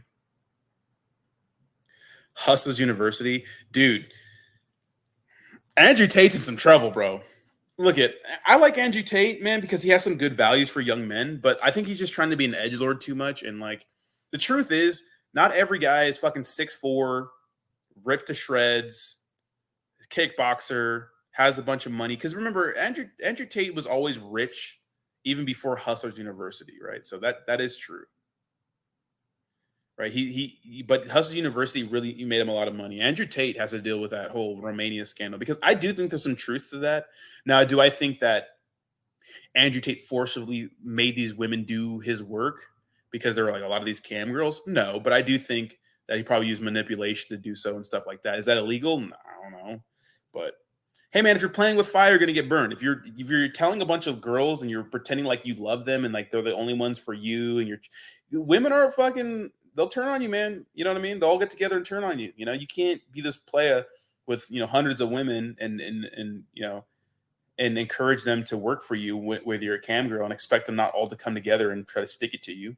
And you're a guy with money. It's like Conor McGregor. Conor McGregor gets caught, I don't know, getting blowed by some chick in the bathroom at an NBA game, and she's saying she forced him or he forced her to do so. Like, chicks literally make a career off of that. Like, the same chick that's accusing Conor McGregor accused like a bunch of other people, and like the scumbag lawyers taking over the case and stuff like that. It's like they want a settlement. They want some money. They want some hush money, right? But if you're Conor and you're married with kids, why are you getting fellatiated by some chick in the bathroom? Everyone had their cameras out. They saw you walk in the bathroom with her. Like, what are you doing, dude? What are you doing? It's like if I went to a strip club and you guys saw me at a strip club and I got someone recording me at a strip club. It's like, well, damn, I guess I was there,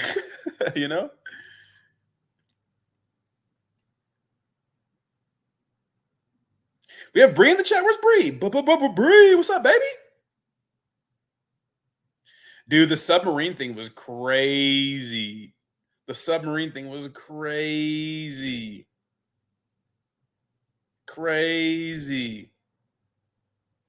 Dude, that submarine thing was nuts, bro. The submarine thing was nuts. The crazy thing is that they were charging $250K per seat.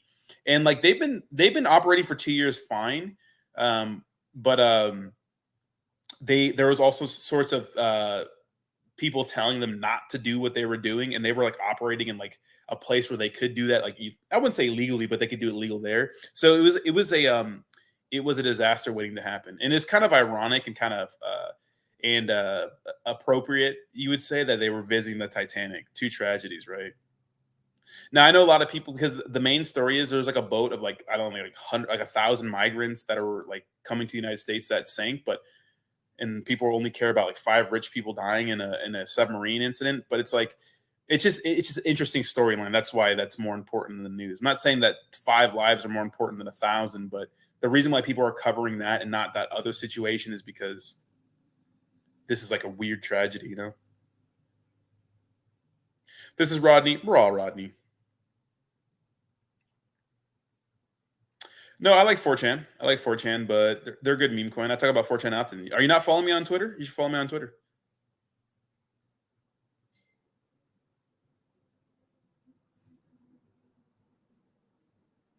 CZ dropped some Bitcoin and ETH. I know, right?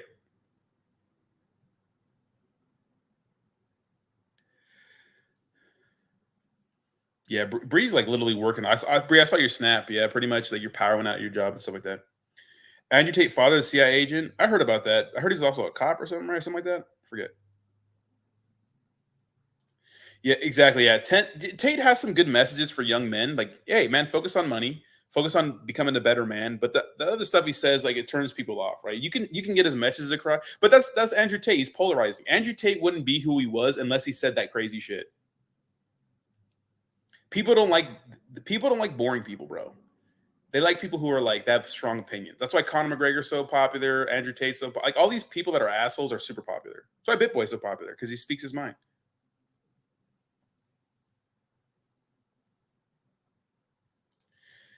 Yeah, exactly, Ruckus. They have audio. People are like, "Oh, why didn't they report it earlier?" It's because they didn't know it was that. It was an implosion, so they died instantly. So at least they didn't suffer, right? Yeah, Mr. Beast was supposed to go. They offered to, I guess they asked him or something like that, but he said no. So yeah, the submarine was super sad. Yeah. Well, 4chan has been performing well. Performing well. I'm not gonna make videos on 4chan token to make videos on 4chan token. I don't do that.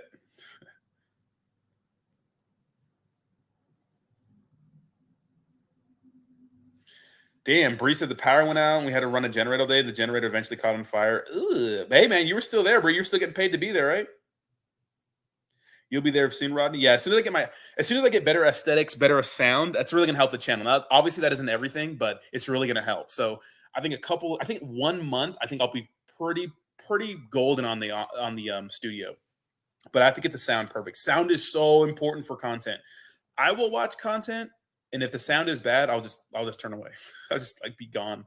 So I understand like the echo in my office is pretty poor and stuff. So I apologize, guys. I mean, bear with me, but we're working on it. We're working on it.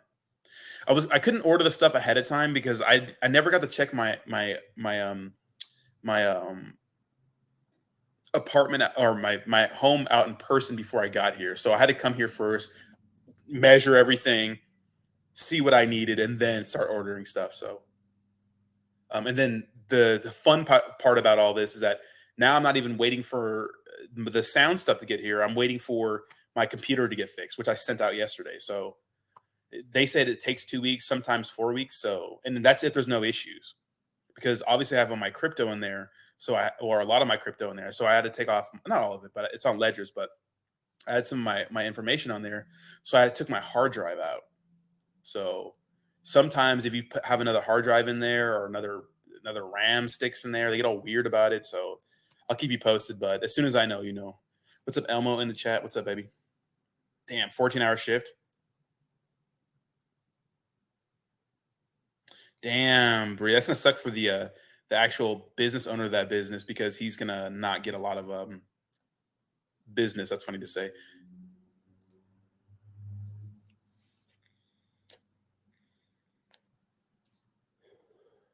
Thanks, Sebastian. Thanks for popping in, Sebastian. I appreciate you, brother. Yeah, Bree, get some sleep, Bree. Get some sleep. I do like 11 a.m. streaming time though. I love it. I love it. I love it. I love it. I love it. I love this new place, man. I love this new place. I love my neighbors. I love my place. It's nice. It's big. I have to buy a bunch of shit to fill it up, but we'll get there. I like Virginia, but I did have an issue recently with some people. Maybe I'm naive and I didn't think because in California, no one's really racist, and I'm not. And you guys know that I'm like not. I'm not a racy baiter type of person. I'm not like one of those people who like is a victim because I think that's corny. But I think I might experience my first real batch of racism recently. You guys want me to talk about it? I can talk about it if you guys want to. You guys want to hear it. But I think I experienced my first real batch of racism, and I feel kind of like weird about it. It's like, damn, it's an interesting situation, right? It's an interesting situation, and hmm, you know.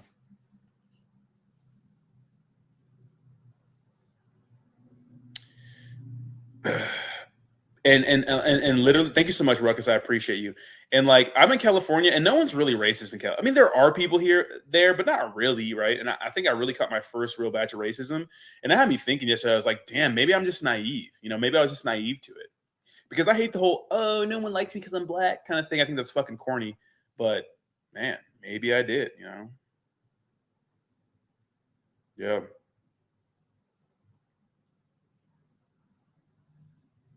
Yeah. Okay, so I'll tell you what happened. So obviously, okay, so surprise, I'm shackled up now, guys. I have a girlfriend now. The question was popped a couple of days ago. So, anyways, she had a childhood friend getting married, and everybody's white. Everybody's white. And oh, girl wanted me to go to her wedding, my chick. And the person who was doing the wedding followed me on Instagram. My Instagram's private. She looked at it, and then I guess she didn't want me to go, which is okay because I'm not going to go to a wedding. I don't know these people. So obviously they want people they know to go to the wedding, whatever. Although there were significant others there at the wedding, right? Okay. So the next day there was a brunch where people were just going to go. It wasn't like a formal thing. And pretty much I was supposed to go to the brunch, and I pretty much said I couldn't. I was told I couldn't go in an indirect way. And and how do I word this without being too crazy? And the reason was because I haven't met my chick's parents yet, but um, the reason was, oh, the wedding, the bride and the groom, like, why should I meet their parents before I meet her parents? Which is complete bullshit. So people didn't want me to go. Right now, my chick is obviously fighting for me. She wants me to go, but she's in a weird position too because it's like these are her friends she grew up with, and she can't just not go to everything. Like she has to go to this wedding. She's like a bridesmaid, a maid of honor. You know what I mean? Like she has to go to this shit.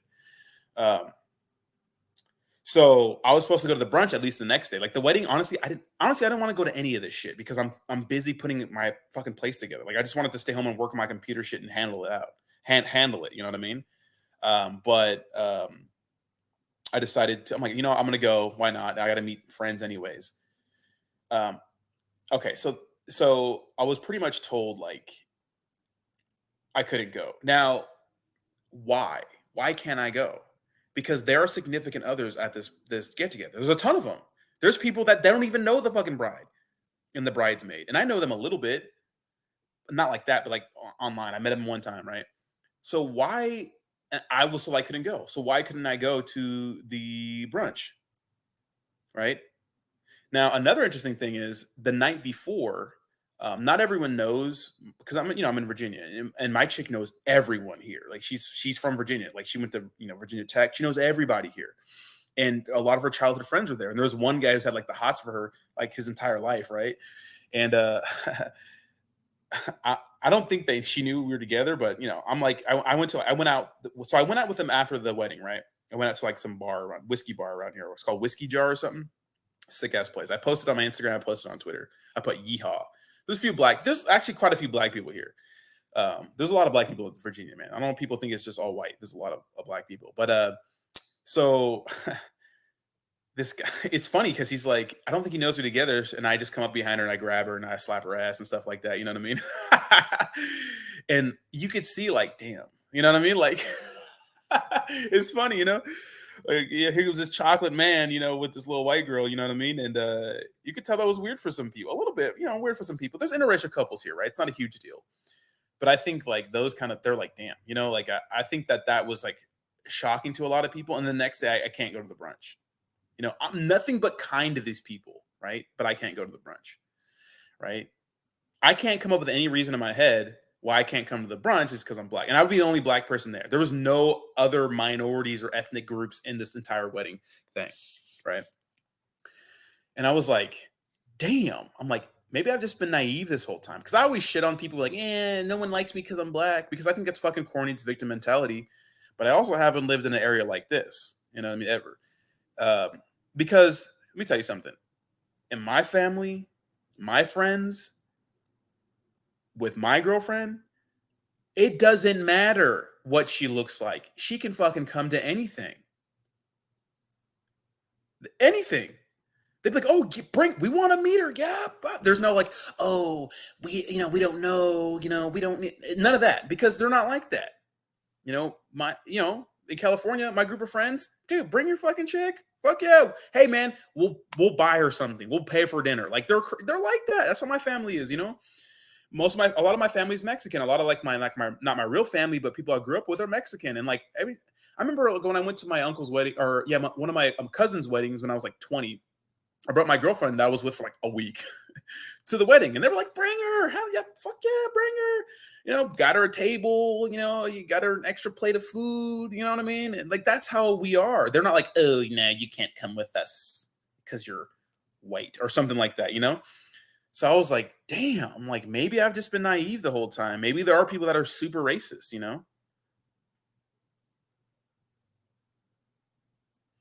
Yeah, that's crazy.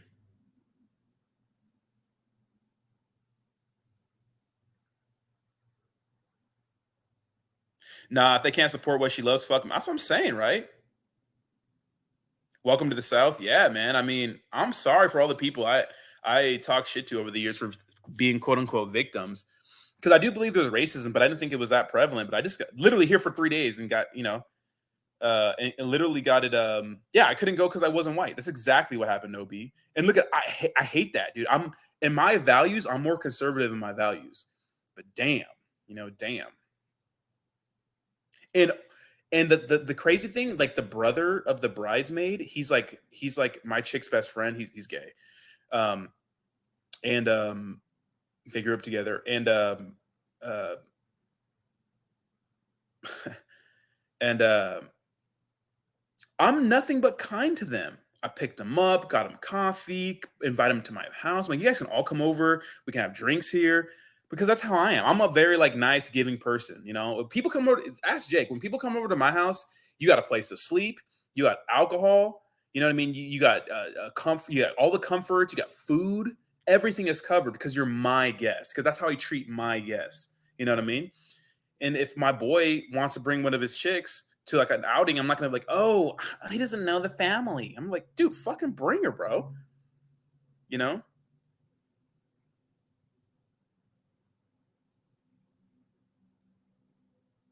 Next time, grab that motherfucker. Yeah, exactly. Yeah, it was funny because he's had the hots for her, and she told me she's like, that guy is like. I'm like, ah, that's funny, right? Right. Her ex Jody was invited. Well, he's not her ex. He's just a guy. Those weird guys who like just like never give up. You know? I'm staying here, bro. Tell him, Jayhawk. Tell him, Jayhawk. My girl's cousin lived in. He went to the same thing. Yeah, I was surprised, bro. I'm like, damn. Yeah, people just suck. Some people suck, right? I appreciate you, Jayhawk. And I'm like, because so my girlfriend in this, if you have a significant other, you're supposed to stick up for like your significant other. But she's young and she doesn't understand. She stuck up for me at 100%, and she was just like, "Why can't he come?" You know what I mean? But I can't expect her as a bridesmaid to be like, "Well, fuck you guys, I'm out," because we're still new together, and I can't expect her to do that. It's a tricky situation for her, but it sucks for her. You know what I mean? But it's crazy. Yeah, exactly, Patrick. I mean, I don't care about them. Like, I don't give a shit about them. Like, they're not me. You know what I mean? Like, they're her friends that she grew up with and stuff like that. But it's kind of crazy to me.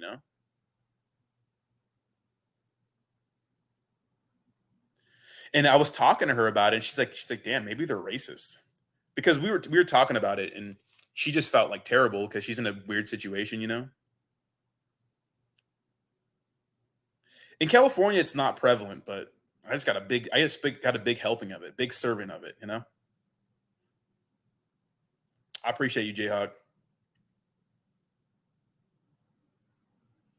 Don't be shocked when they call the N word. I've been called the N word in California a lot. By like Mexicans too. Let's go, Bree. We off. Come to Northern VA. Well, I'm in Charlottesville. Move to Mississippi. They are much more understanding. Really? I mean, I'm not really upset about it. It was just shocking to me. Like, I was like, damn, I was thinking about it. Because the crazy thing is that they were all acting like super fake around me. Like, oh, like super nice. Like, ah. And then, like, when I'm gone, they're like, yeah, he cannot come. You know what I mean? And I'm not like a dick or an asshole. I'm kind. I try to get to know everyone. I shake everybody's hand and stuff like that. I'm not an asshole. I've never done anything to them to make them think I'm like a terrible person. Yeah, I know, Selma Foot. I know. Next time, tongue her down in front of her face. Sure did. Yep, we call those orbiters. What's up, Fitting Crypto? Yes, I'm here already. Yeah, exactly. And I'm like, yeah, you guys can go fucking, you can fly a kite. What's up, Two Bit? How you doing, baby? My neighbor racist. Haven't said a word since I've been here in 5 years. Rodney gonna starting BLM marches within a month? Nah, I think that's still corny. You know what's unfortunate about those BLM things is because like those people at the top are making so much money. It's just a corporation. If they aren't Asian, I just call them a round eye. But the interesting part is like I drove through what is it? I drew through uh Tennessee. I drove through whatever the country is or the state is before that. Every gas station I was at, they were super kind to me. Like every like person I was like, "Hey, I tell you what, brother," they were like really nice to me, like very kind, like holding open doors for me and like excellent customer service at the gas stations. Oh, sweetie, where you going? How long you been traveling? Like just really nice.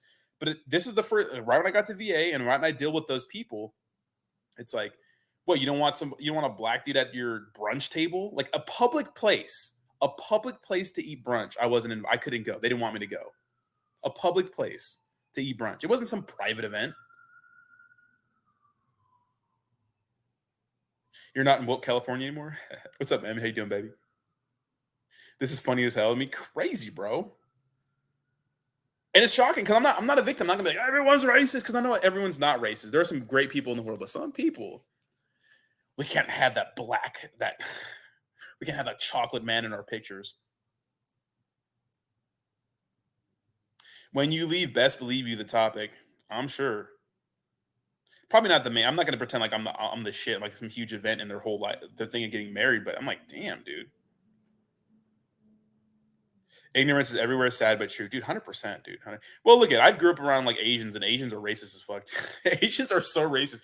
One of my first like girlfriends was like Filipino, and I could not. If I was introduced to her family, they would have exiled her.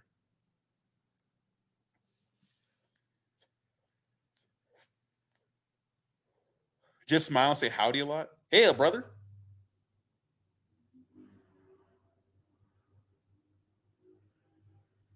You thought you were one of them? I didn't. I know I'm not one of them. I'm a California kid, baby. You know what I mean? I'm not one of them, but it's just about like having like I don't,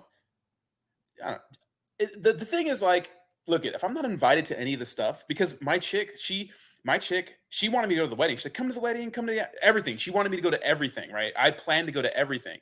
But then it started off with the chick whose wedding it was. She followed me on Instagram and I guess didn't like me or didn't want me to come. So I couldn't come then. I'm like, well, first of all, I would feel uncomfortable going to a wedding. I don't know these people. So I'm like, fine.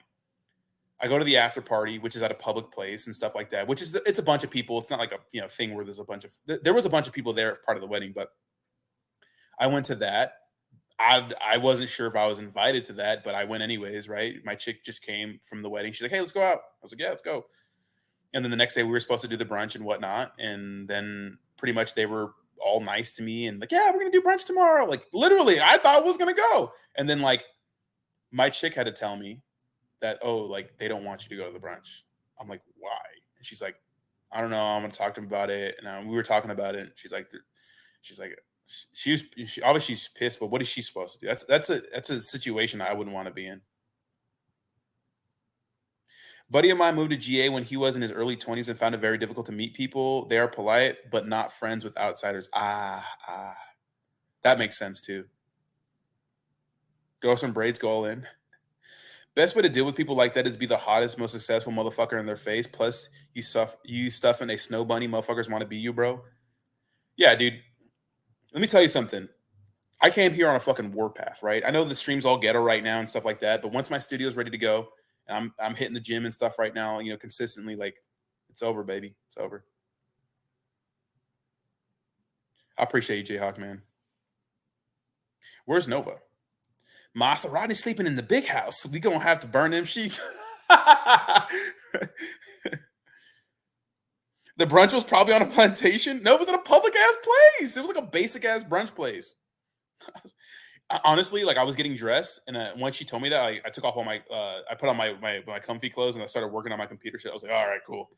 But I thought about it the whole time I was working on. I was like, because at first I was just like, oh, but then I thought about it. I'm like, well, there's people that are not close to the family. Like people have that are significant others of the family who were invited. So why couldn't the bridesmaids, her significant other, which is me, go to an event like that?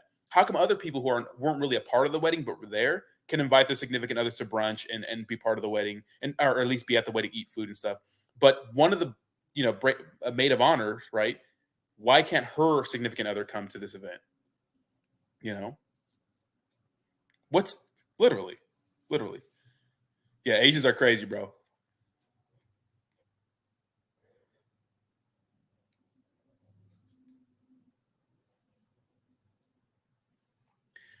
How many putos did you have while dating a Filipino girl's putos?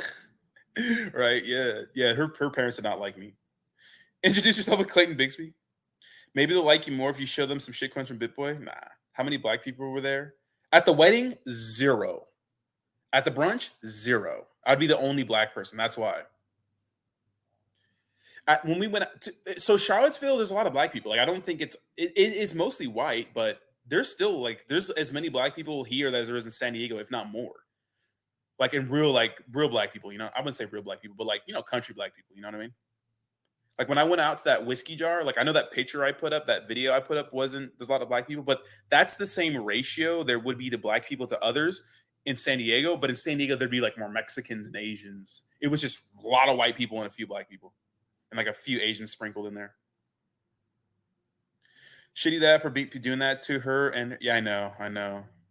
Sounds like some real shitty friends. Sucks for her and makes a lot of awkward situations. Yeah, dude. Because in my head, it's like there's no excuse for me not to be invited to something like that, unless it's because I'm black. I couldn't think of any other reason. Like I've never done anything to these people personally. I don't know them that much. I never said anything about them. On my Instagram, I'm not some. Nothing on my Instagram is like, oh, he's dangerous. I'm a significant other to the maid of honor, but I can't come.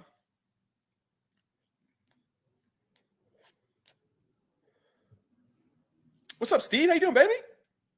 Rodney, if you were anything of your military in the South, a hat and a shirt, will they love you and look at you different? It helps. I think, no, they think of me more as a whitewashed black. Well, I'm 50% white and 50% black. So people that call me whitewash, it's like, well, I'm as much white as I am black. Like I am white and I am black. 50-50, 50-50 split right down the middle. And a little bit of Mexican on my white side, right? But 50-50 down the middle. I'm not more than another of anything, right? I'm 50% black. It's just like what happens when you mix black paint with white paint? You come out black, you know? They're probably hating you. Well, that what's funny. You know what's funny is that bullish bulldog, because when my chick tries to explain to them what I do, they're like, "What? Huh?" Like they don't understand it. A lot of people don't understand it. Like influencer, that no one understands that. So they just hating on you and your lady. Focus here. Focus on her. She is a real MVP, bro. There's only so much I can expect from her, because what is she supposed to do? Like not go to the brunch? Start a big war? Now, listen, if I went to an event with my family and my significant other, but I know this because I've learned this later on in life, and my family said you can't bring her because of her skin color, or that's implied, I'd say, well, fuck you guys. What kind of family are you? Same thing with friends. Well, fuck you guys. What kind of family are you? She's never done anything wrong to you, and she can't come to my get together because of her skin color, but or something else that I don't know about. What's the reason? No one's telling me the reason, Well, then I wouldn't, I wouldn't associate, because that's not family. Family doesn't do that, family and friends don't do that shit. The South loves their military. I'm not gonna wear a fucking military shirt and hat. I think that's just corny, but I don't go to Crunch Fitness now. Your girl probably ratted on you and said you eat her enough for 6 people, and that you were. Well, it's a brunch, so I order my own food. Filipino to the Mexicans, Asia. Filipino, not ain't Asian. That's arguable. That's arguable, right? You probably had to get your food around back at the brunch. Just give yourself a MAGA hat and they'll love you. I think Trump's a better candidate than Biden. He's he's he's not, he should just shut the fuck up half the time, but that's who he is. That's his personality. But I'm not gonna wear a MAGA hat. I think that's just corny too. I'm not gonna sit here. I'm not one of those people that puts like a fucking vote for Biden on my fucking my fucking back of my car, or the blue wave, or don't tread on me, brother, or these colors don't run, or some shit. That's not me, bro. Thank you, Ruckus. Appreciate you. Here, let me take a piss. I'll be back again. I'm drinking a lot of coffee. More coffee.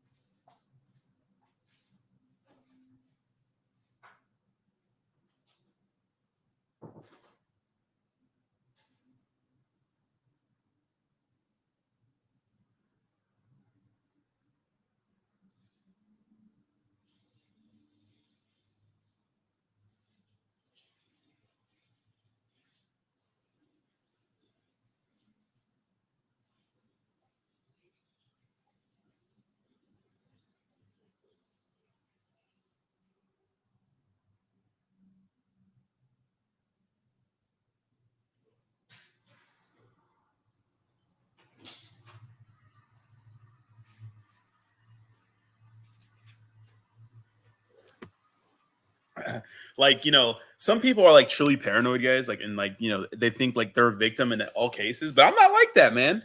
I'm not like that. But I'm like, damn. Tell them about Chris Brown and Trey songs. Rodney, it sounds like you're under investigation. Dude, I don't care about those people, bro. Most of them. So the bride and groom don't even live in Virginia anymore. They live somewhere else. Look, when you that guy, you stick out and take it as a compliment. That's what I was like, yeah, I'm not mad about it. I'm just like, damn, people are shitty, and fake, fake. I'd rather than just say, hey, like, we don't know you that well, so we don't feel comfortable you coming to the fucking like, we just don't know you. But it wouldn't make sense. That wouldn't make sense because there's a lot of people they didn't really know that came to the get-togethers, significant others. You know what I mean? It's called being cultured. What if you're just a degenerate that they don't know, that they don't want? want you there. Lol. Maybe cooler never crossed their color never crossed their mind.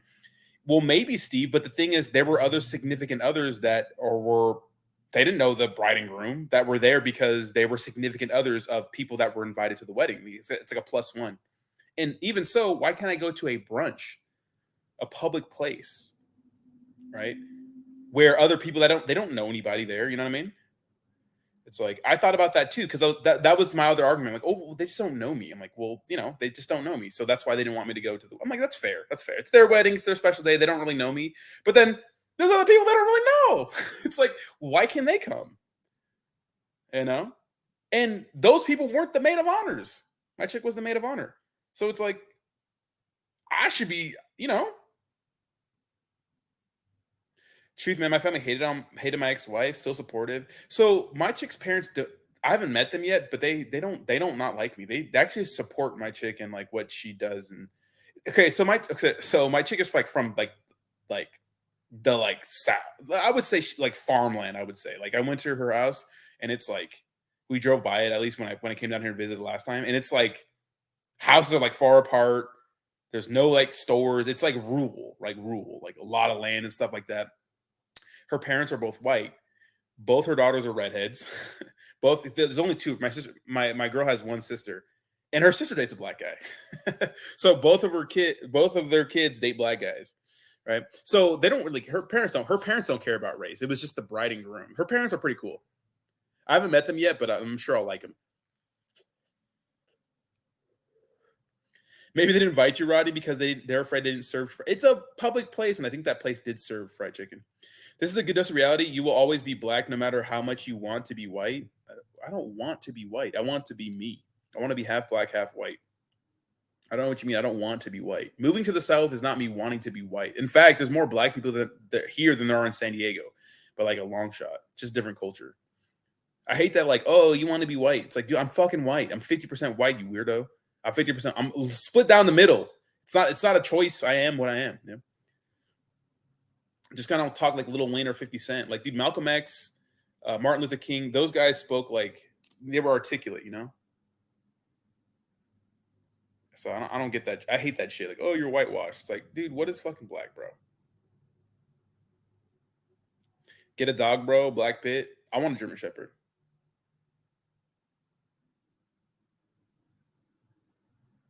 I mean, Ruckus. Maybe it's a blessing in disguise for your girl. Yeah, she's been thinking about it a lot, anyways. And she says that that that friend group has been pretty shady to her anyways, because here's the thing, they're super traditional, right? Like they see me going to festivals and I bring her to festivals and stuff like that, and I bring her like we did Jake's party and stuff like that, and like I met her in San Diego when she was working down there, and we were never official or anything, we were just dating, but she moved to San Diego from Virginia, like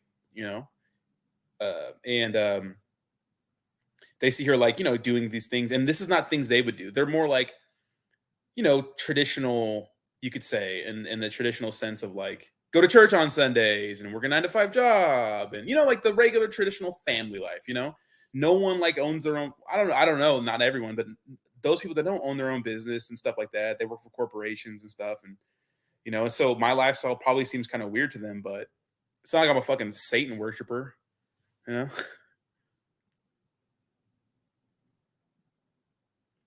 Exactly. Brunch where they consider eating mimosas. Red flags, Rod. Way better people out there than that. West Coast is the best coast. Talking Hawaii, brother, man. I love Hawaii, man. I'm sure airing it out will help. Well, one, they don't really watch my content. There's 80 people in here right now. Like, but the views drop. Only my real people are here right now watching me blab about my personal life. But whatever. I mean, the thing is, like, if they don't fuck with me, I don't fuck with them, and that's okay. But now I know that I'm like, fuck you guys. Now I know that, because my friends are not like that. Like every single event I've brought her to, like all my friends, Jake, all my friends have been accepting. Even like my other friends I grew up with, they're like, yeah, dude, come out, do karaoke with us. Like they don't care about that kind of stuff because people are not like that where I'm from. Is your girl watching the stream? Oh, cheer. No, she's working right now, but Becky just didn't want her racist Uncle Bob to make a scene if you came. Get that nigger off the table. Then they are pieces of shit. Yeah, Steve, because that's what I thought about, Steve. I was like, okay, it's their special day. Maybe they want, it's their wedding. They don't want people they know. But then it's like other people had people they didn't know there. So they're not invited to the cookout. Absolutely not. What if they didn't want you because you were a Ponzi promoter? That'd be a valid point. Wear your farmer hat. I appreciate you, Patrick. Look, the fact is that red states know Californians are moving in their red states. They're all scared of it. It will turn blue. There, I said it. True, but I think honestly, the people that are moving out of California, I know a lot of them are moving for financial reasons, but I think they're fed up with the current government of California. I think they're fed up. They're fed up. They're fed up with Gavin Newsom and the politics and stuff like that. Yes, Camo G. Damn, both of them let their parents down. At least you want. No, dude, her parents are not like that. They're not racist at all. Like, my chick's sister's boyfriend is like best friends with my chick's dad. Like, they're both mechanics. They both like work on cars together. They hang out all the time. Like, you know.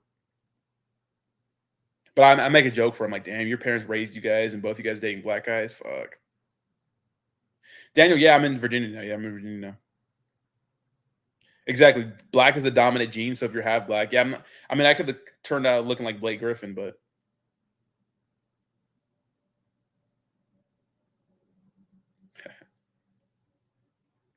running 50 dark skin. Yeah, I'm African American and Caucasian. Yeah, obviously I'm black, but I'm both, But obviously, I look black because there are people that are full black that look like the same skin tone as me, and I have a big ass nose, big black lips. You know what I mean? Like I have the black people features. I got slave genetics, bro. I'm strong as fuck.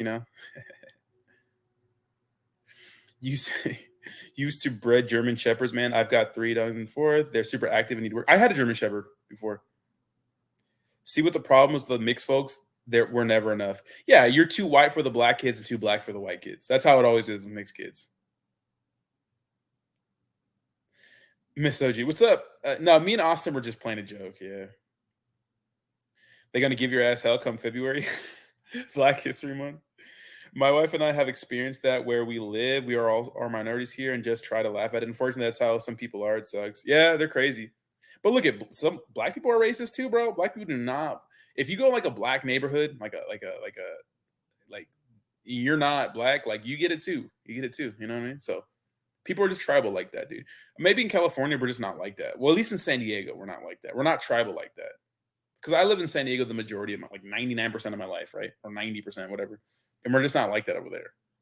Because it's a melting pot, right? If anything, there's more Mexicans than anything.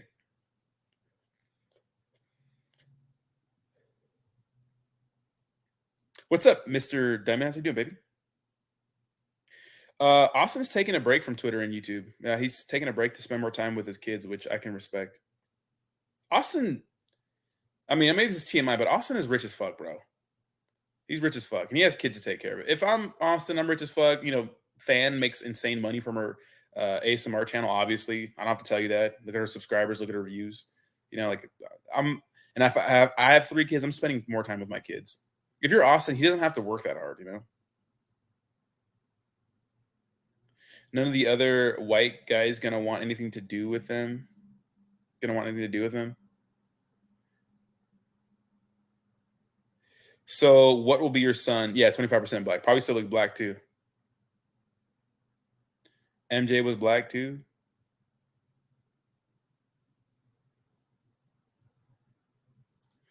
No. Me and Austin were just trolling the community, but people take that seriously. Yeah, the Lillian Finance news. No, they didn't scam anybody or anything. Cool crypto. So what happened? Cool was I think they just didn't launch the token yet. So better not get caught slipping wearing African colors. And when Black Panther 3 comes out, don't expect the local theaters to play that shit. I don't dress up at those things anyways. I'm black from the waist below. Fucking weirdo. You think MJ bleached his Michael Jackson, right? Let's be real. Say that everyone is thinking they didn't invite you because the ugly ass fungus you call beard growing on your face. No one wants to look. There were people there worse with worse beards than me, and my beard actually looks good compared to a lot of beards. So it connects and everything. Like there's not really any gaps in it. It just needs to become a little thicker. But I'm working on it. It'll be good in like in a year. It'll be like a nice ass beard.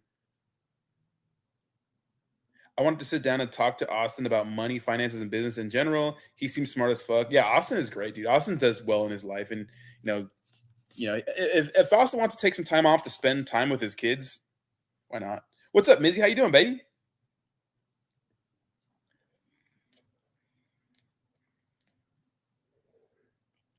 Bro, stop hating on my beard, bro.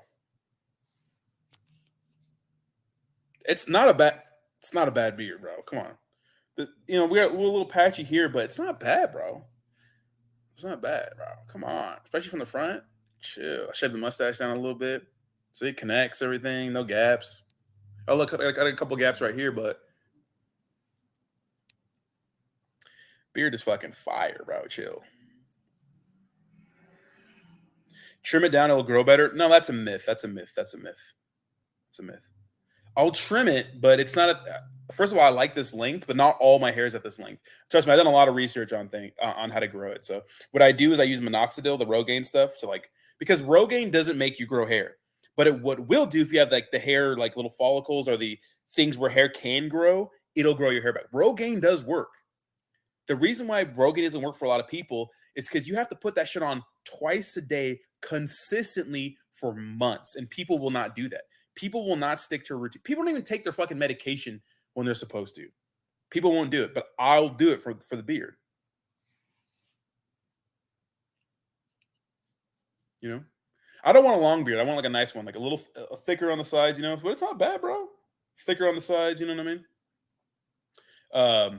But Rogaine definitely works. Like if you're balding or getting thin hair, take Rogaine. It'll work. But if you're like bald, like you have no hair growing in that bald spot, it's not going to magically make you grow hair. It'll only grow on the places you have like the hair follicles to grow.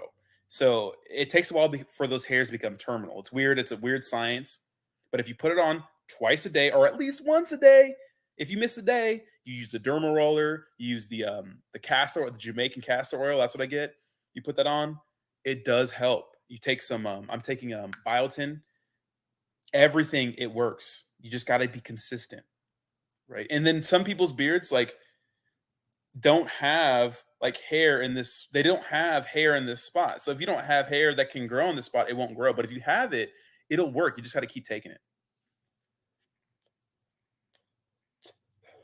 Do I have obviously I have a big forehead. Shout out to Jog. So I have a receding hairline too. But like I do have a little bit of thinning up here, but I still have a full head of hair. You know what I mean? I do have a little thinning up here. But Rogaine is starting to work because I'm taking it. It sucks doing it twice a day. People won't do anything for twice a day. They won't. They will not do it. Yeah, exactly. People won't even brush their teeth. Right? Blood pressure medicine. Yeah. Meme coins to blame. Gotcha. Growing at thick beards and moving to the south. I've always wanted a beard, but I never thought I could grow one because I never tried. And I've always had jobs that required me to shave. So yeah, if you do Rogan for like 3 months, twice a day. Just do it. It'll the hairs will become terminal. Rodney, I'm white. I have 3 daughters, and would be all right if you with you marrying one. Not because you're half black, but because I would get better D's in plays. I hook you up. I'll be preaching the gospel to people about crypto when I meet them for the first time. USDC pumping could be time for. Oh, nice, nice, nice. Yeah, yeah. USDC has the ability to pump, but it's never going to go back to fucking $1. That's ridiculous.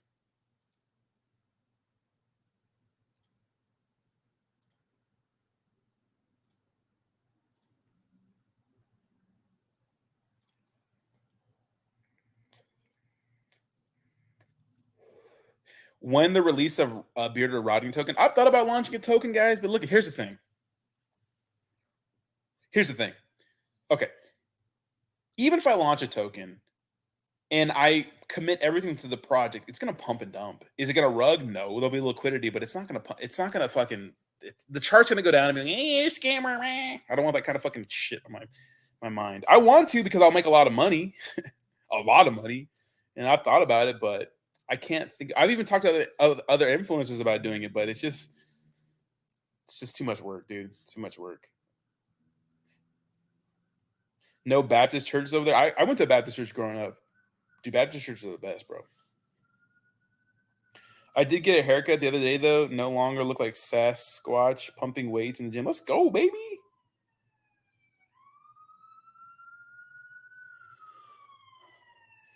Yeah, if your hair is thinning, guys, use Rogaine. So Rogaine's kind of weird because at first, like your hair starts to fall out a little bit. So people stop and they freak out and stop. But that's part of the process, right? But once you use Rogaine, those hairs that you have the hair follicle for, because you have to have the hair follicles there. Because what is hair transplant? Hair transplant is literally we're putting all the hairs in the spots that they're supposed to be in, right? And then they grow and whatnot. But you have to have them there first for Rogaine to work. Rogaine's not going to magically grow hair if you're bald. This doesn't work like that. I went bald in 29 since I grew my beard and shaved both heads. So cool. Um, yeah, if you're bald, then grow a fat beard and wear a hat all the time. Yeah, exactly. Yeah, I'm not gonna make a token. Yeah, Rodney and Austin token. That'd be sick, right? Guys, do me a favor, smash the like button. I'm gonna catch up with you guys till my computer dies. I'm at 23% battery, so. But I love it in Virginia, man. I mean, besides that one instance I've had, everybody else has been nice to me. Like very kind, very kind. A lot of people there's a lot of transplants that are not from here too. So it's just that's the only experience I had with people that are from here, that were born and raised here. You know, you don't want to be a bald swole in the South. We're gonna really want you, right? Do it anon, don't dox. Market is totally community driven. Whatever happens, happens. No utilities. Sit back and watch it pump. Sell some. Let the community decide its fate. No, I can't do that, bro. I can't. I can't. I can't. Bang that like button if you racist. Yeah. It was just shocking to me. The overwhelming majority of people I've met in Virginia have been super kind to me, but that was the only experience where I was like, damn, bro. Why can't I come to brunch? Honestly, I didn't want to go because I wanted to work on my computer shit, but I said I would. And if I say I'm gonna like go to like a thing, I'm gonna meet some friends and stuff like that,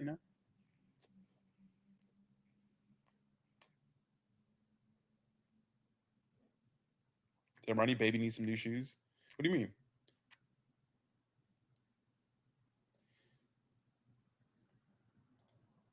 Boop.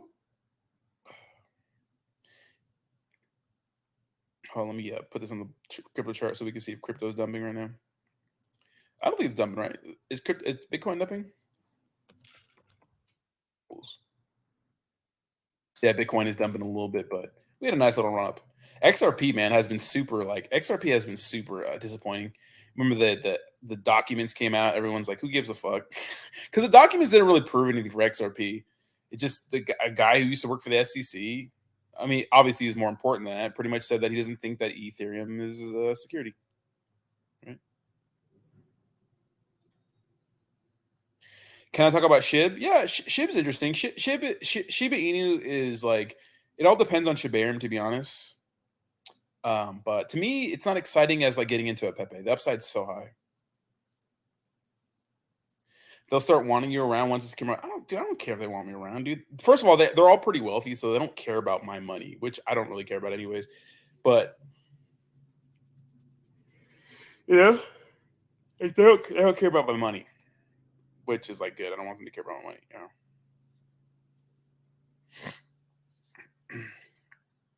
Damn, Rodney baby needs some new shoes. What you mean, Ruckus?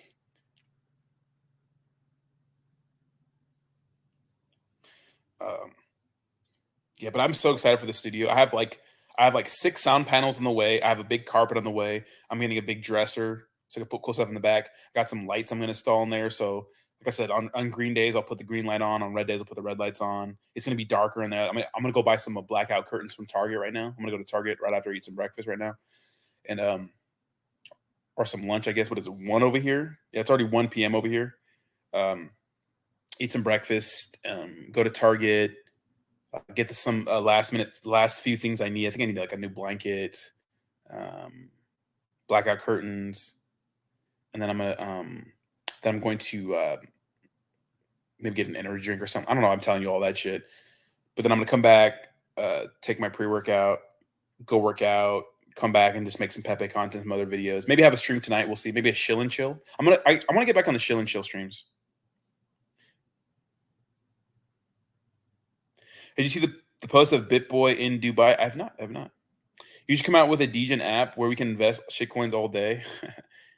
You don't need an app for that. You can just do that. Dope setup. My setup is not dope, right? You wanted to go to the brunch bad. I wouldn't say I wanted to. I didn't really want to go to brunch. Honestly, I didn't want to go, but I felt like I'm in a new city. I should meet the people that my chick grew up with because um, I should, because that's just part of the situation. And I'm like, damn.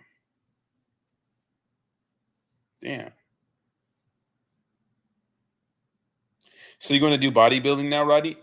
Well, I've always lifted weights, but I'm going to take it more serious because the MMA thing was fun, and I do want to fight. Maybe I'll get back to that one day because I always do this. But so my focus needs to be on the cryptocurrency channel, all of it, like all of it. And I can't do that doing MMA because there's 2 a days in MMA. Like I'm doing a training in the morning, I'm doing training in the evening, and then I have to be there at certain times. Like with this 24-hour gym, I can go work out when I can get it in where I can. So it's more easy. It's easier for my lifestyle. But I do love martial arts. I do love fighting, and it hurts me. But what I want most is a channel to do well. So because I'm in a good position now, we're getting everything set up before the next bull run, right?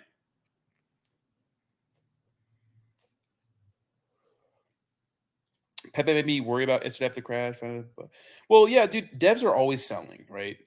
Guys, people are always manipulating shit in crypto, dude. Like, get used to that. And devs are always going to be selling. They don't have a marketing wallet, so they're not marketing because they're just a meme coin. So, and we don't even know if those are the devs selling. It's just people that are early in the project are selling, which I think are most likely the devs. What's up, Professor? How you doing, baby?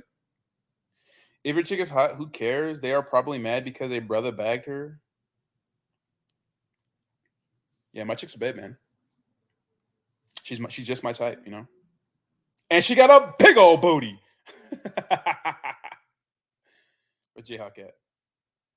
Why move to Virginia? My chick's out here well, it's only my chick till recently, but it's just cheaper to exist out here.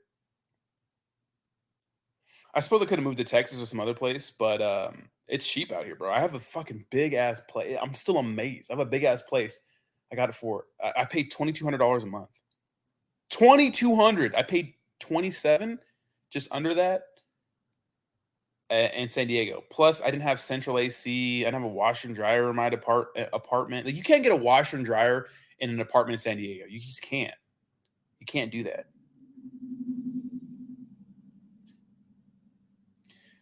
Insurance is cheaper right here. My gym is cheaper.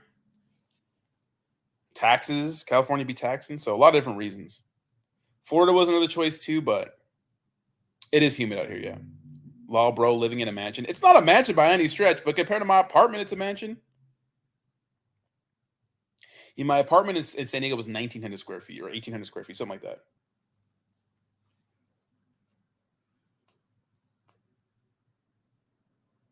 I need to stop vaping though. This is a bad habit I've been getting into, but fuck it.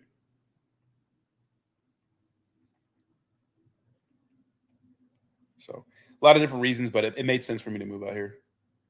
And honestly, it's a new change of pace, man. I like it. I like it out here, man. It's calm. It's green. I love the green. It's rainy some days. It's going to be cold and snowy in the winter. Yeah, I could have moved to Wisconsin or Illinois, but remember, my chick's out here too. So she has so she wanted to move back to San Diego, which would have been fine. But uh, obviously, we weren't like official or anything then, but we could have got official in San Diego. But I kind of want to be away from the bad influence. Like, I'm going to travel back to San Diego for festivals, but I do want to be away from bad influences and stuff like that. You know what I mean? I want to focus just on, and it just makes sense out here, dude. This space in San Diego to rent, I'd be paying almost 4K, probably $4,000 a month easy, or at least close to it. Easy, easy. And the gun laws too. I can get like cool ass guns. I like guns, man, and I can't get any cool guns in San Diego or California. Come kick it with me in Northern VA. I might see you guys, sometime in VA. No, I'm staying here, bro. I just signed a lease for a year, bro. I ain't leaving here. I probably won't leave for a few years at least, probably like 3 or 4 years. Probably, I'll be probably ready to buy a house in like 3 or 4 years. We'll see. I don't know. Buying a house is not good right now. It's not, the market's not good for that. Yeah, it's easier to. And the one thing I know this seems kind of dumb, but another thing I like about Virginia, and this is a win for me, is that everywhere I go, the bathrooms are open. That's fucking crazy. But in California, all the bathrooms, you can't use the bathrooms because a lot of homeless people go in there and they'll shoot up and shit. And so everybody locks the bathrooms in California. Like you cannot use the bathroom anywhere. There's no public bathrooms anywhere in California.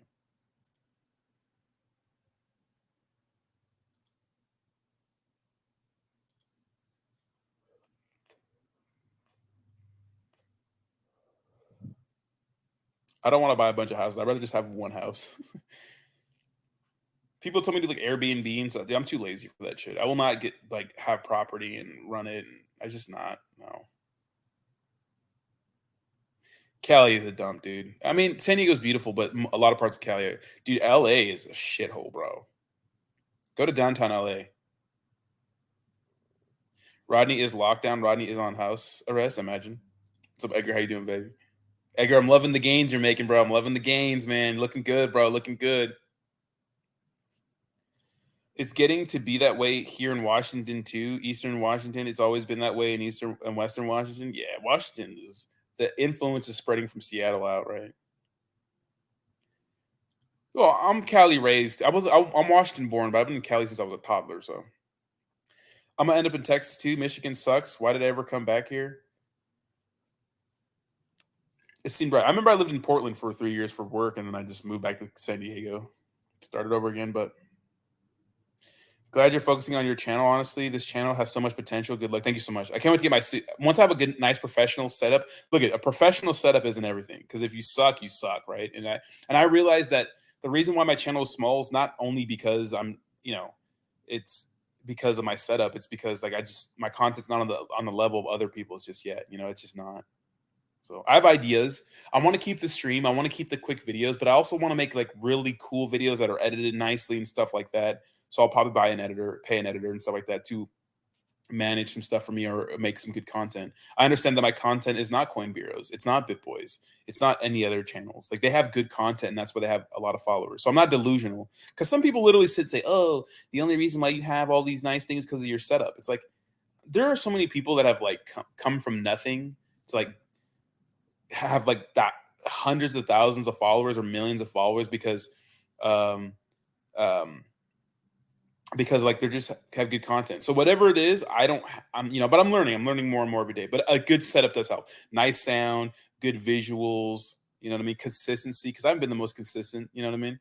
The last year has been interesting because I just, obviously huge, crazy year and a half, right? A lot of crazy stuff happening in my life. And then I've been partying a lot, traveling a lot. And that takes away from the channel, the vision. Yeah, Idaho is not bad. Thank you. Yeah, no, and one of the big reasons for me moving here is because I can make like a nice studio. I can like live a nice quality of life and stuff like that, and have a cheaper cost of living out here, and just focus solely on the channel mostly because there's a lot of distractions in California for me. There just are too. So a lot of different reasons. But I don't think California is terrible. California, dude, there's a reason why San Diego costs so much to live there. It's supply and demand. If everyone and their mom didn't want to live there, then it wouldn't be so expensive, right?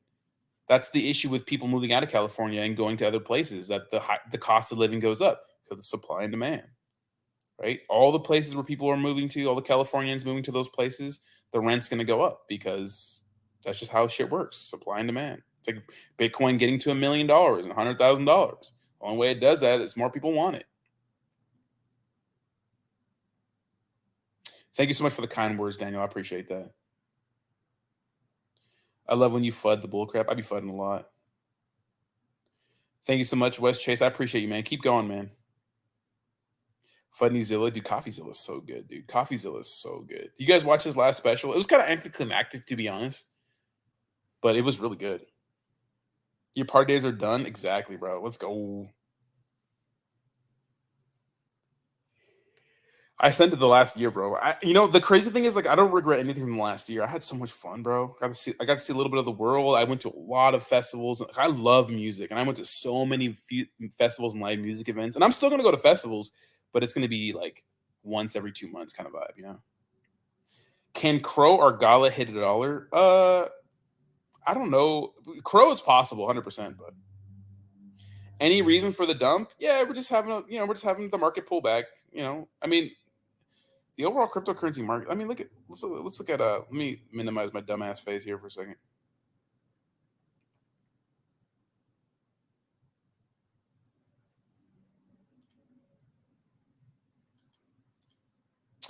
Give me a second. I mean, look at Bitcoin the last week or so, dude. Like, oh wait, wrong page. I mean, look at the last week, man. Let's go 1 week. Guys, remember, like, just don't forget, dude. Don't forget that what goes up must come down. Look at the fucking run we had this week. Like, damn, like it's gonna dump. We had this. It's gonna dump. Like, it's just a pullback. It's just part of the game, So maybe we go back down to the 26K level. Maybe we do. Maybe we don't. Volume's decreasing in Bitcoin. So, and remember, all the more established cryptocurrency products are gonna follow Bitcoin. Pepe's gonna dump. Everything's gonna dump. It's okay. Relax. Take this opportunity to dollar cost average. Right. Think of it more as an opportunity.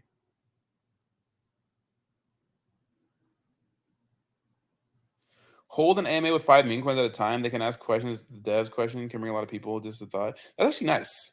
I don't know about 5, but I think Twitter Spaces are the best for that, to be honest. Yeah, CoffeeZilla videos are fire, bro. But you see how we started too. And look, I've only been on YouTube for like a year and a half. I haven't been on this platform for, dude. 26,000 subscribers is, first of all, if you understand, like, if you try, this is like my 5th YouTube channel I try to make. Like, it's hard work, man. It takes a lot to grow. So that, to me, that's a fucking 26,000 subscribers is great. Twitter following, I'm almost at 30K Twitter followers. Like, a year and a half, that's beautiful for me. That's a lot. And CoffeeZilla's been on this space for like years. Same thing with all the other big crypto channels. They've been on this shit for years. You know what I mean? They're all more vetted than me. I understand this shit takes time. Mr. Beast took 10 years before he started getting views. So, Tom vibing. I did talk about HSBC, Tom, but I can touch on it again for you if you'd like. So HSBC, obviously, we'll go back to it, right? So Hong Kong's largest bank, HSBC, to offer Bitcoin and Ethereum ETFs to customers. Now, this is a big deal, guys, because China banned crypto in like 2021. Remember that. And although Hong Kong and mainland China are different, obviously Hong Kong's now part of China again, right? And this is bullish crypto news, right? It's bullish because it shows that even though the SEC's dunking on crypto, a lot of people are there's other places around the world who are entities that are still bullish on Bitcoin and crypto. And the nice part of this is they say and Ethereum, right? And Ethereum, right? Not just Bitcoin, right? And Ethereum. Because all the things in the United States, the Bitcoin spot ETFs, like, those are just for Bitcoin. They're not for Ethereum or anything else. So.